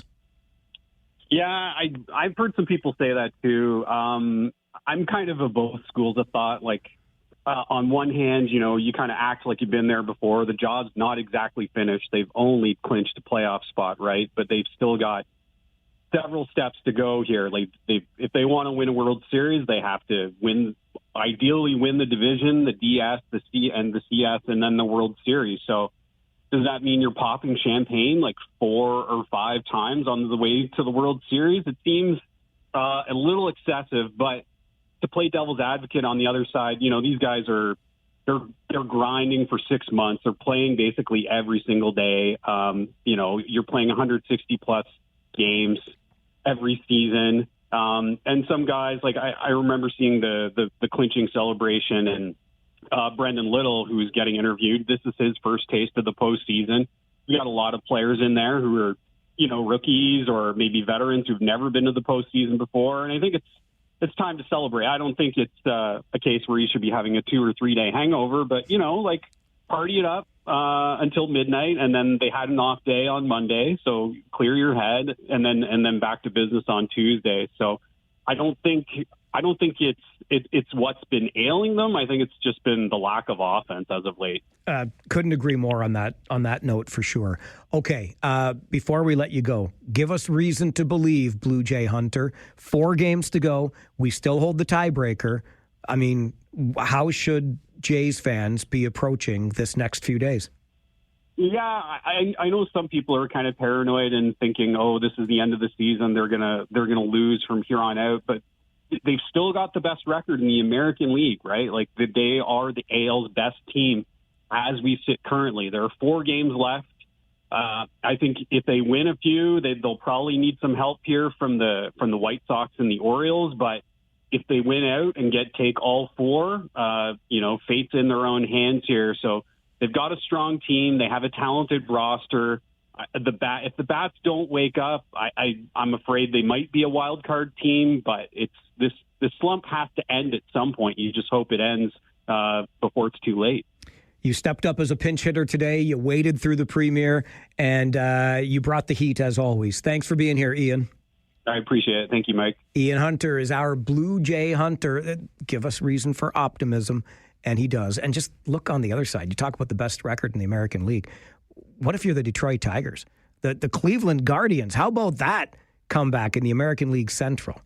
Anyway, maybe you want to talk about the Blue Jays. You probably want to talk about speed cameras. And we have not yet even gotten to what was talked about at Cambridge Council on Tuesday night. A busy Talkback Hour is about to begin on the Mike Farwell Show. Give us a call, 570 News Radio and Rogers TV. Take out the papers and the trash, or you don't get no spending cash.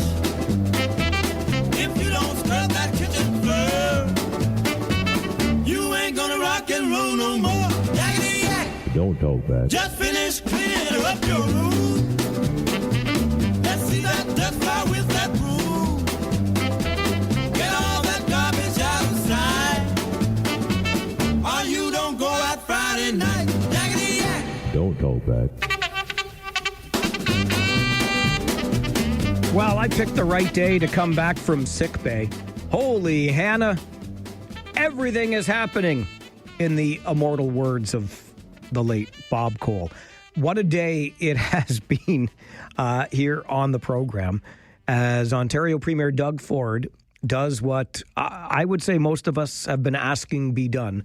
Get rid of those speed cameras, not necessarily because we're opposed to the technology and contrary to popular opinion from the other side that we all want to speed recklessly on our roads. But these cameras, the programs in municipalities, including our own, were rolled out in such a way that it criminalized all of us and took money away from hardworking folks in this community for committing the sin, the terrible sin of driving 38 in a 30. Like, it's just, anyway, Premier Ford says in the next few weeks, the Ontario government will introduce legislation banning the use of automated speed enforcement. So we've had that going on, and we have had encampments and the problems surrounding them really come to a head at Cambridge Council this week, which we'll get into as well. But this is your hour to talk back to us 519-570-2545,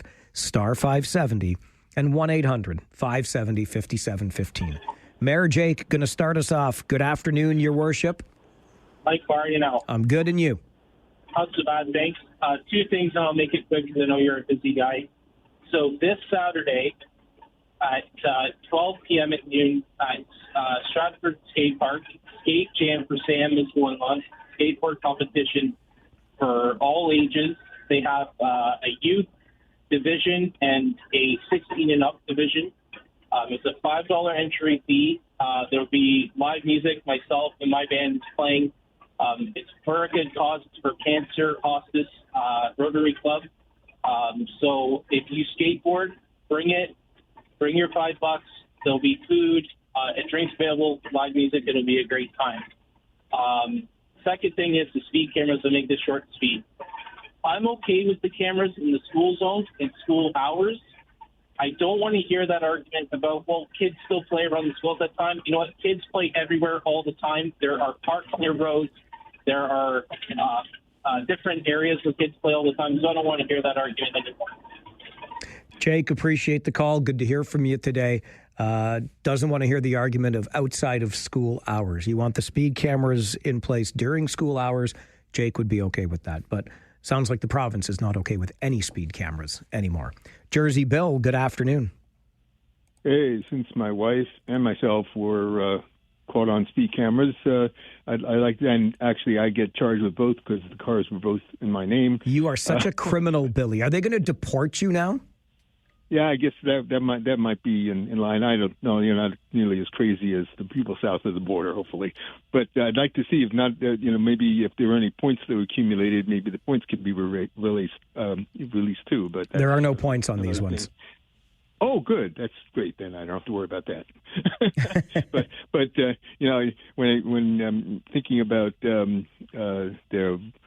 Bundespräsident Chef D, and almost anybody who has any kind of authority up here, with Canadian-based teams being able to trade with American-based teams, it would be bad for Canada, but I sort of wish that some sort of trade could be done too. Maybe we could trade off President Trump for Mark Carney or Doug Ford or anybody. Almost any Canadian politician, I think, would be better sitting in the White House than this guy who seems to be intent on just destroying, leaving a trail of destruction behind him. And I guess the person next in line is going to have to clean it up somewhat because he's just tearing through the constitutional matters, and he's also making it harder to deal with long-term economic problems as well. Though he's once again saying that the tariffs are going to be the greatest thing possible, but I just don't see that happening. How about Jagmeet Singh? I don't think he's busy these days, Jersey Bill. Do you want him? I'll trade you at Jagmeet Singh. Poor Jagmeet. I don't know. I don't know how he'd deal with the Congress. I don't think they'd be anywhere close to his ideology. But hey, even a reasonable NDPer might not be a bad thing. Of course, we have our own beloved Bernie Sanders, but you can see how far he gets as well. Though it's not all of his ideas are bad, and it turns out, unfortunately, he was for all of us, he was probably a little bit more together than unfortunately Joe Biden was. So it's too bad he didn't get that chance to run. Though it's hard to see him winning in those key states with his particular platform, which would have been vilified as communist, socialist, whatever. Billy, appreciate the call. And yes, poor Jagmeet Singh. He's now out of office, and we're still invoking his name as a political trade. Can you imagine that? That'd be kind of fun, actually. There's a business idea, free to you. Create the playing cards, the trading cards of politicians. I'll give you, you used to go through them with our hockey cards. Got it, need it, got it. And then we'd trade with our friends, the ones that we needed. I'll trade you 2 Carneys for a Trudeau. Or whatever. Maybe you want to trade 2 Carneys for a Polyev. I don't know, but it's not the worst idea I've ever heard. Just on the Donald Trump note, I will say this about Jimmy Kimmel's return to late night TV on Tuesday. One of the things that he said during his monologue that I thought really struck the right note is that his show is not important. In the grand scheme of things, His show is not important. What is important is that a show like his is allowed to exist. And I don't think we should forget that, because I think it's critically important that we have the opportunity to express our concern with government, local, provincial, federal, you name it. We have to have the freedom to do that on the air and in the public square. Grant, you're next on Talkback. Good afternoon. All right. And Grant has lost his opportunity today because he was absent. So let's go next to Adam Cooper, councillor in the city of Cambridge, is with us on Talkback. Adam, good afternoon. Good afternoon, Mike. I have been no talk. It has been a while. I think since I was last here, but I did follow, and haven't had a chance to get to it yet on the show today. But your meeting on Tuesday night was quite the firecracker. Oh yes, it was. That was kind of expected. Well, what is it that's on your mind today? Well, I'm in both. I'm actually doing some work here, and I tuned into you as I did, and I noticed you had a couple of items coming up of interest to me. Obviously the meeting on Tuesday, but also the speed cameras issue, which, as you know, I was happy to talk about. Basically, just wanted to say that definitely, I'm very happy with what Premier Ford is doing. It saved me a little work, because I was literally in the process of tabling a motion to try and get the region to remove them for various reasons, and don't have to do that now. I had a feeling this was coming. I actually had a very, very brief discussion with Premier Ford last week about my intentions, and like I said, I don't have to do it now. But the thing is, it actually turns out that most of his reasons for doing this are very much ones that that had me concerned. I can tell you a secret. When it comes to the municipalities, the councils, the staff, they know how to slow traffic down. They really do. We know that speed bumps do it. A lot of staff don't want to do it. But if this is really, really about speed, there's ways to do it with traffic calming measures. And also the one thing I wanted to have done, which you saw there, was having these lights. If you're going to ticket people, make sure they see what's going on. A lot of people weren't seeing these signs. They're there. Some people see them. Some people don't. You don't see every sign that's there. But the thing is, when you've got this unrealistic 30 kilometer speed limit, if you don't see that sign, you're going to be getting a ticket. And when people are living in a cost of living crisis, it needs to be proportionate. People were getting multiple fines. We need to slow people down. It's one of the biggest complaints we have. But this wasn't the way to do it. And it's very unfortunate the region was in the media going on when people are upset and they're bragging about the money that's being made. I'm glad we need to do something, but we need to do it in a better way. It's fairer, more proportionate, and more effective. I appreciate you weighing in on that, Adam, and I have felt similarly for some time. I was quite happy myself to hear what Premier Ford had to say. While I have you here, just with regard to the meeting on Tuesday night, encampments were really the order of the day. That was the big issue that was tackled with a motion that was brought forward to not have people evicted during extreme weather, which we learned from city solicitors that had not been done. Nobody was evicted during extreme weather. And then there was a delegation that, boy, oh boy, I give this business person credit for really sticking his neck out there and saying, listen, we have to look at the economic side of this argument. And there's a business person in your community, Adam, that is reluctant to continue investing because of the impact of encampments. Oh, absolutely. There's a lot of people that, as you heard from that night, a lot of people that were kind of very much mostly representing the social service field that came in and, bringing in, a lot of the arguments that you generally hear in support of this. But what we don't often hear, with those people that came in, and as I've heard from these advocates for encampments over the 8 years I've been involved in this, is not once during any of this, and in the past, have I ever heard any kind of concern or compassion for the other vulnerable community out there, which is the people, the residents and the businesses that are being victimized by the crime that's that is at these encampments. I've attended dozens of them over the years, and it is quite shocking. We can't pretend. We can't follow this narrative that it's just homelessness and people living in tents like they're camping for the weekend.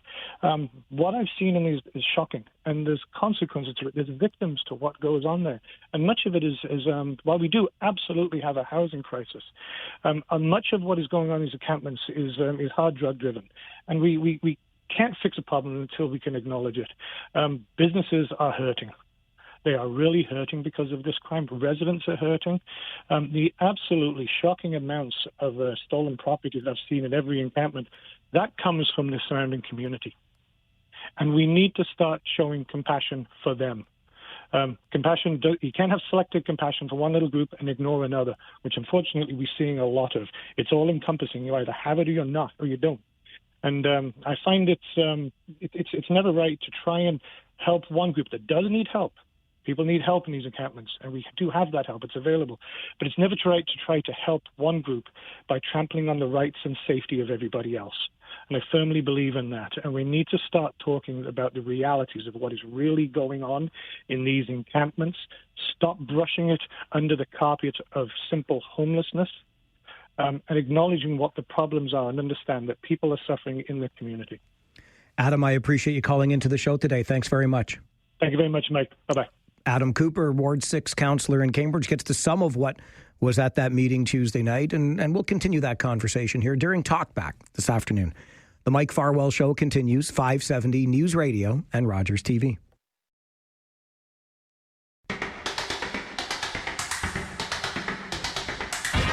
And Talkback is the time to take your calls, so right back to the phones. George, good afternoon. Good afternoon, Mike. How you doing? Great, thank you. Good to hear. Mike, I want to be the first to congratulate you. Well, thank you very much. What did I do this time? Congratulations, Mike, that you, on this day, September 25th, 2025, may the day go down in infamy, you don't have to eat your shoe.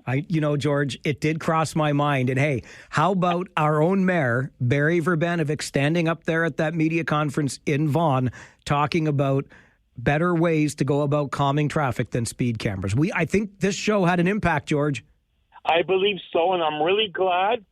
I'm glad it's over because I lived close to one and everybody just moved in slow motion. It was terrible. George, appreciate the call, and thank you for remembering me and my big mouth. But I said when we rolled out our speed camera program here in the region that if we ended up with 175 cameras on the road by 2028, which is what our program pledged to do, I would eat my shoe. I am safe. I will not be eating any shoes, although I had plans to go to a baker friend of mine at the Cake Box and have a shoe made out of cake. But either way, maybe I'll have a cake-shaped shoe, a shoe-shaped cake. That's what I meant. In celebration of the cancellation of the speed camera program. I don't know. Bottom line is, I ain't eating a shoe. Sean, you're next on Talkback. Good afternoon. Good afternoon. Hopefully the Premier finally learned to pronounce Barry Verbenovich's name anyway. Oh, boy, he is something else, isn't he? That was hilarious. Yeah. Now, speed cameras are done. Okay, that's a fact of life. So we got to deal with that. But what I'm thinking about, the Premier says there's other ways of slowing down traffic. But, after all these years, we know how to build roads properly. The engineers know how to do it. It's the politicians that have decided how we're going to make roads. Are they suddenly going to change their mind and allow us to build roads properly? I'm just wondering how this is going to work. I think they are, Sean, because there's a road very near my place that has been redone, and everybody, you're out walking the dog, and people stop and ask, and they basically say, what the hell has the city done to this street? Because it defies logic. But I can tell you what it will do. It absolutely slows down vehicles. I'm not even sure what it's going to look like entirely when it's finished, but the way it looks right now, it's bizarre.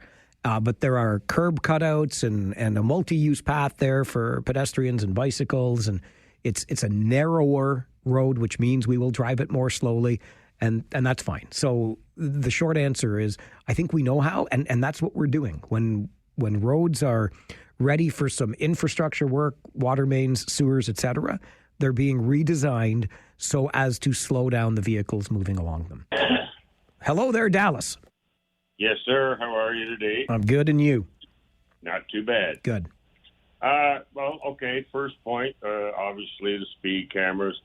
I tell you something. They could have used them in a whole lot better spots than where they are. I'm no advocate for them, but a little stretch on Franklin Boulevard, which I live very close to here between Savage and Maine, when those folks come out of that roundabout, by the time they get halfway up that little hill, they're doing 80. So, you know, I've said for a while, I'm like, well, if they want a cash cow, there's one right there. But the thing that really got my goat this morning was when I heard that an investor or developer backed out of a $60 million deal simply because of the problems they've been having with these folks from the encampments that's very close to there. And it always rings in my ear every time I hear about the one on Victoria and Weber, and the city has had to fight tooth and nail to move these people. And city-owned land.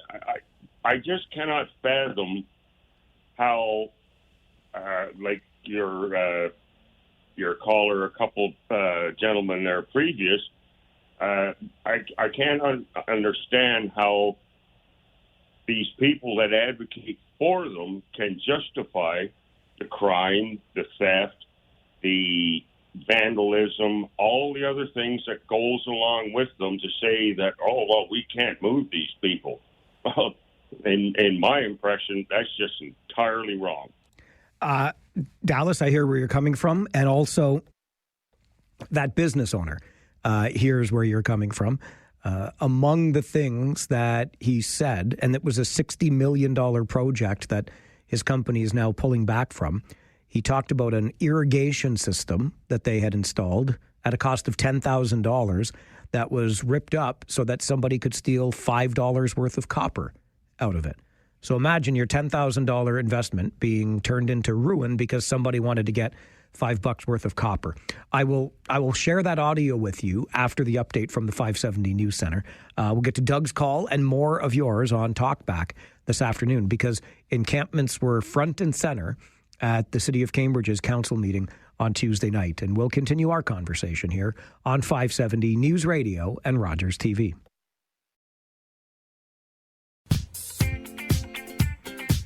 Talkback is all about hearing from you on our phone lines. Right back to those lines we go. Doug, good afternoon. Good afternoon, Mike. How you doing? I'm doing well, thank you. How are you? Not bad. Hey, first time I had a chance to call you since your wedding, and my wife and I just recently started our 49th year 4 months ago, and I wish you the same prosperity in yours. Thank you very much, Doug. I really appreciate that. And congratulations to the two of you. Thank you. Now, on the speed cameras, I believe you mentioned a couple of times that these are run by a third party, right? Correct. So, with them being banned, are we going to now end up with contracts that we have to cancel and pay expenses on? You betcha. Okay, just wanted to confirm. Yep, you got it. Appreciate that, Doug. You're on the ball. And this is a really unfortunate byproduct of all of this, isn't it? Because I wonder, like, I don't know what the contracts are worth, if it's a multi-year sort of thing, but you better be sure that we are going to have to pay to get out from under these contracts. I don't know if any clauses were built in for early cancellation. I'm not going to claim to understand any of that detail, but Doug is on the money for sure that it will cost money to now cancel the program, which is another one of the reasons that this was so frustrating to so many people. Because if you started to get into it and trace it back, there were a whole heck of a lot of people being paid from these cameras before even the money ended up in this pool that was to be dedicated to road safety enhancements in our community, which is what we pledged in the region to do with the money. So too did Guelph. But I learned from reading Guelph Mayor Cam Guthrie's comments about the speed cameras that, yes, the city of Guelph had also dedicated speed camera revenue to road safety enhancements.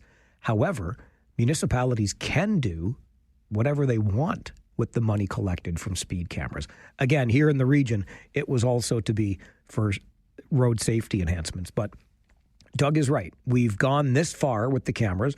What was it, just yesterday? 9 more went live in the region. We had a plan for 175. I don't know what it costs to break that contract, but it's going to cost something to be sure, and that's coming out of municipal revenues. It was just poorly rolled out. It's as simple as that. If we had any inclination at all that this was about safety, I think we could have gotten behind it. But the way it was rolled out here in the region, it felt like, and clearly in other places too, it felt more like a revenue tool than it was a safety tool. And so here we are. And the Premier announcing today, if you didn't hear it earlier, we carried the media conference live on the show.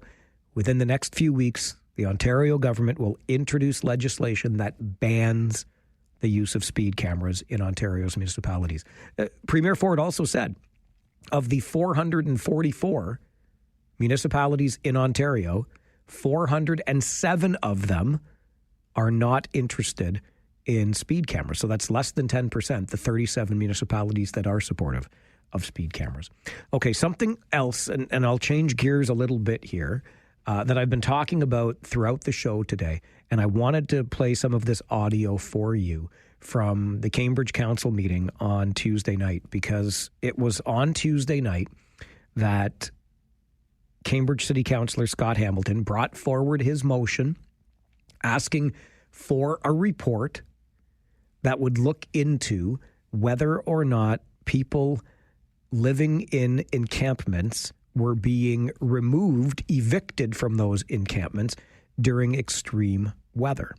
This was the motion that was to be on an agenda back in August, I believe, maybe early September, but there was all kinds of confusion around the motion, why it was on the agenda, why it wasn't, why it was removed from the agenda, all of that. Put that aside. It finally gets to the floor of the council meeting on Tuesday night, and it's voted down in a vote of 6-3. Only councillors Hamilton, Earnshaw, and Roberts were supportive.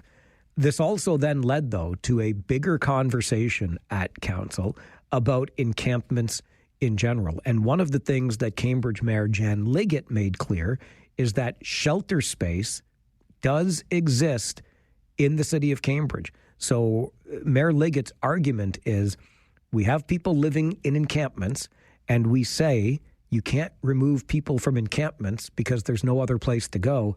Mayor Liggett says there are other places to go. I just want to clarify something. There is shelter for those who are living in encampments. I get a regular report, a regional report. The only local agency who is at full capacity is the YWCA, their new location for women. They are at 100%.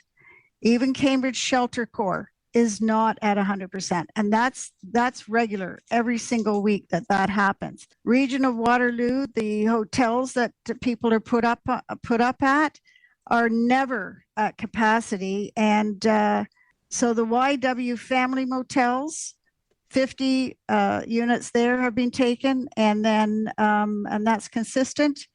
And then the motels for all of the Waterloo region are 82, 83, and 85 consistently, and their percentage of being full is at 0 because they've always got room. So please, everybody, stop saying there is no shelter. There is shelter.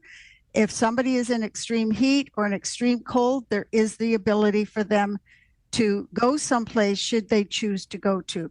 That was one aspect of the conversation at Cambridge Council on Tuesday night. Another aspect came from a local business person, Matthew Hilson, who is the president of Krillian Investment Corporation, which has spent some considerable money millions of dollars on a carbon neutral building in the city of Cambridge.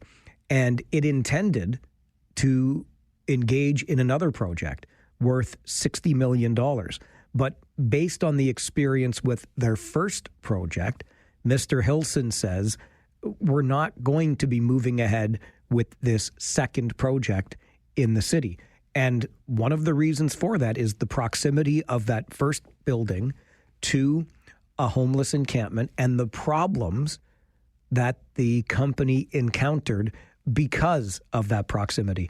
And so you don't hear this often. This was in a public meeting of Cambridge Council on Tuesday night. And I don't think Matthew Hilson is alone in this, but I'm not sure I have heard this candid a commentary from anyone in the business community prior to Tuesday night at Cambridge Council. Here is what Matthew Hilson, the head of the Crillion Investment Corporation, had to say. Encampments are uneconomic because they're a major source of vandalism and theft to both homeowners and businesses throughout the community that largely takes place with impunity and lack of consequences or prosecution of the perpetrators, resulting in an unending cycle of crime. This significantly escalates business costs, erodes property values, increases public stress, and eventually will make the city uninvestable and lead to job losses. Let me also address the human rights logic contained in the motion, which is deliberately and conveniently one-sided and frankly offensive. Specifically, it ignores the 99% of law-abiding citizens in this community whose human right to peacefully occupy their property and use public spaces free of violence, theft, drug use, and vandalism are being directly compromised for perpetuating encampments. When respecting, upholding, and prioritizing the human rights of one group can clearly be shown based on both evidence and basic common sense, to compromise and marginalize that of others, this argument becomes wholly invalid and illustrates the incongruous use of the term human rights in this context. For those who argue this is compassion, it is selective compassion that victimizes the citizens of Cambridge. It is a warped sense of human dignity and community vision. They are not the ones that will lead the city forward in a positive direction.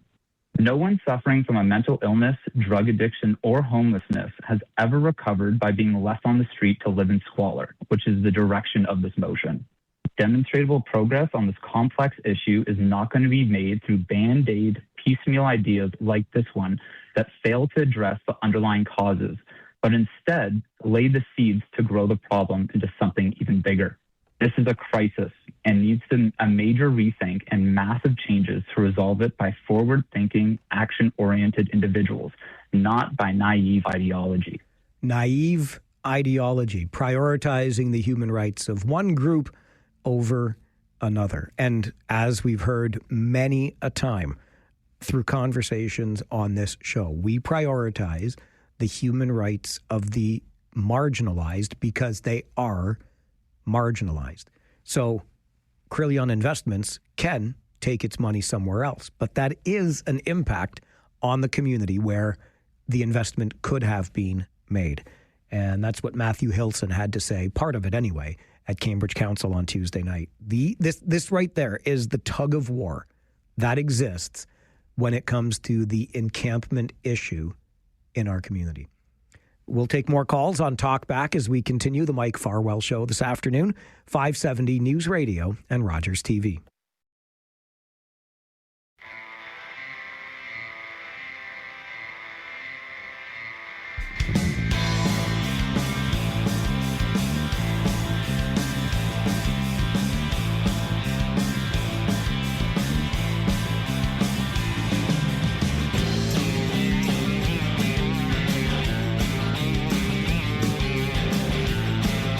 Talkback is your chance to let us know your thoughts on the issues of the day. And we have several big ones. Encampments, not just in Cambridge, but around the region. And speed cameras. Premier Ford says today in a media conference we carried live on the show, in the next few weeks, the Ontario government will table legislation to eliminate automated speed enforcement. Those speed cameras will be gone in Ontario. Back to the phones. James, good afternoon. Hey, Big Mike. How's it going, buddy? Good, thank you. How are you? Good. It's been a good week for you, eh? The Rangers are rolling. Uncle Dougie's getting rid of the cameras. I tell you what. Aaron Rodgers is just smoking it for you, huh? No, well, let's not get carried away. But the Steelers are 2-1, yes. So this has been a very good week for me. All right, brother. You have a good day. All right, James. Cheers, you buddy. too. Appreciate that. Uncle, you know what? I think I could get behind that. Uncle Doug Ford. Coming through like a champion today for the residents of Ontario. He says it's nothing but a cash grab, those speed cameras. Greg, you're on Talkback. Good afternoon. Hi, Mike. 38 here. Farwell's Force member number 38. See, we are a force for change, Greg. We got the speed cameras kicked out. Yeah. On that note, did you ever read my blurb to the region like I directed you to? Did you get a chance to? I wish you could have directed me better because I could find nothing. So you need to direct me better than that. Okay, but anyways, well, just part of it that I did say, I said, like, how about use them in the right way? Like somebody else was saying about how Homer Watson's like a Formula One track and, just everything, like the concept, if they would have just stopped and thought, and okay, could these be useful? Like an outright ban, okay, but especially now there's going to be costing dollars or breaking contracts and stuff.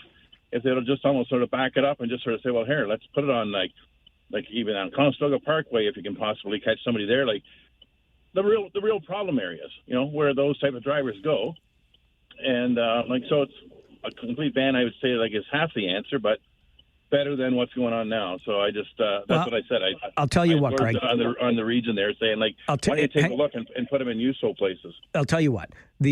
Every municipality that has had cameras in place to this point has made money. So they can use that money to pay the broken contracts. There you go.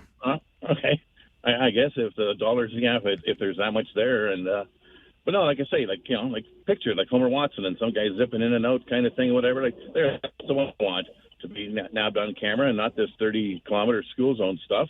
So again, the concept could be useful out there if people would just think and just a bit more common sense to the whole thing. But yeah, since they can't, then yeah, I guess it's good. Premier ban it then, since people can't implement this thing with any sort of useful common sense. So that's it. Okay, Greg, appreciate that. Good call today. And if, as we've said, the program had been rolled out in a more understandable manner, I think we would have gotten behind it a lot easier. But this is where we're at. Bill, you're on Talkback. Good afternoon. Hey, Mike, how are you? Good, thanks, Bill. How are you? I'm not bad. Mike, I have a quick question. On these speed cameras, I got one of these little beauties not long ago in Guelph. And it wasn't anything bad. I could tell you it was in a 30 zone, didn't realize it was there, and it was doing 41. So my question to you is, does that go away? I have a hearing coming up because I'm going to try and fight it in the middle of October. Does that go away? Does anything pending go away? I doubt it. I don't know for sure, but I doubt it. I think they're ridiculous anyway. I mean, I guess 10 trips it. And I was 11 over, and I've never had a speeding ticket in my life. Well, that's something we heard from Stephen Del Duca today at the media conference, and he's the mayor of Vaughan, and that was the first municipality to say enough with the speed cameras, because that's exactly what he said. Some people are getting their first speeding ticket ever. And look, I get by the letter of the law, Bill, you were in a 30, you were doing 41, but I've said it 100 times. That's not the maniac these cameras are looking for. It shouldn't be anyway. Driving 41, give me a break. I know. Well, thanks anyway for listening, Mike. All right, Bill, thanks for the call. Good luck with that. I just don't think there will be any opportunity to retroactively have a ticket revoked. It might be, but obviously there are sharper minds than mine to give you an answer to that question. But I said this from the outset, that we are all criminals now. Eventually, we would all end up with a speeding ticket because the automated speed enforcement is running 24 hours a day, 7 days a week, right? 365 days a year. And the time will come where you'll be like Bill and you won't realize you're in a 30 zone. And I get it. It's on you, right? You got to pay attention to those signs. And if it's 30, you better get that speedometer down to 30 kilometers per hour or else. And I say this as somebody who has not yet been victimized by one of the cameras. A lot of folks like to say the people complaining are the ones getting the tickets. I have not yet. I think what we did was arbitrarily lower speed limits on streets in the name of safety when there was no data to demonstrate a lack of safety prior to the speed limit being lowered. So we take a street where there's never been a crash, there's never been an injury, and we say, we need a speed camera here.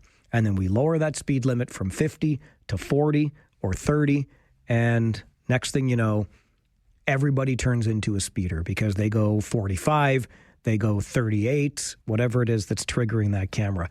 And it's just far too punitive, in my opinion, and I don't think municipalities did a good job rolling it out. Premier Ford has said enough is enough. Dylan, you're on Talkback. Good afternoon. Hey, best decision Dougie's made in a long time. The speed cameras, they don't catch someone that's had a couple too many drinks and have been speeding. They don't catch someone that's on the run. You can't replace officers with a camera, and that's just one more reason above all the reasons you just talked about. I'd like to see them do the same thing with red light cameras. One of the longest red light cameras in the region is at Homer Watson, right by the Zares Plaza. People get so scared of getting a red light ticket that they'll just jam the brakes on coming up to that intersection, and you could have gone through the yellow 3 times. In my opinion, it makes things more dangerous for drivers than not having it there. All right, Dylan, appreciate the call. I don't know about the red light camera thing, but I understand your frustration with the technology generally. And it's a really good point on how the automated speed enforcement program works. If we want to get at the most dangerous behaviors on our roads, right? It's the excessive speed. So I'll point you to the roads where excessive speeds are being used. Try the Ira Needles racetrack every day like I drive. How about impaired driving, right? How about people not wearing seatbelts? All of those things are factors in this. And speed cameras don't catch them. Again, with speed cameras, we all suddenly become criminals because the day will come that we, heaven forbid, went 37 in a 30 or 41 in a 30 or 48 in a 40 or whatever the threshold was. But the Premier made it clear today, in a few weeks, the Ontario government is going to introduce legislation to ban speed cameras in Ontario's municipalities. And just like that, we are out of time for another day. Thanks for being with me and putting up with me for another day. I'll be back tomorrow morning at 9, and I invite you to join the conversation then. The ostriches live on in British Columbia, our Friday 4 roundtable, and more when we reconvene tomorrow morning at 9. My name is Mike Farwell. You are a force for good. Bye for now.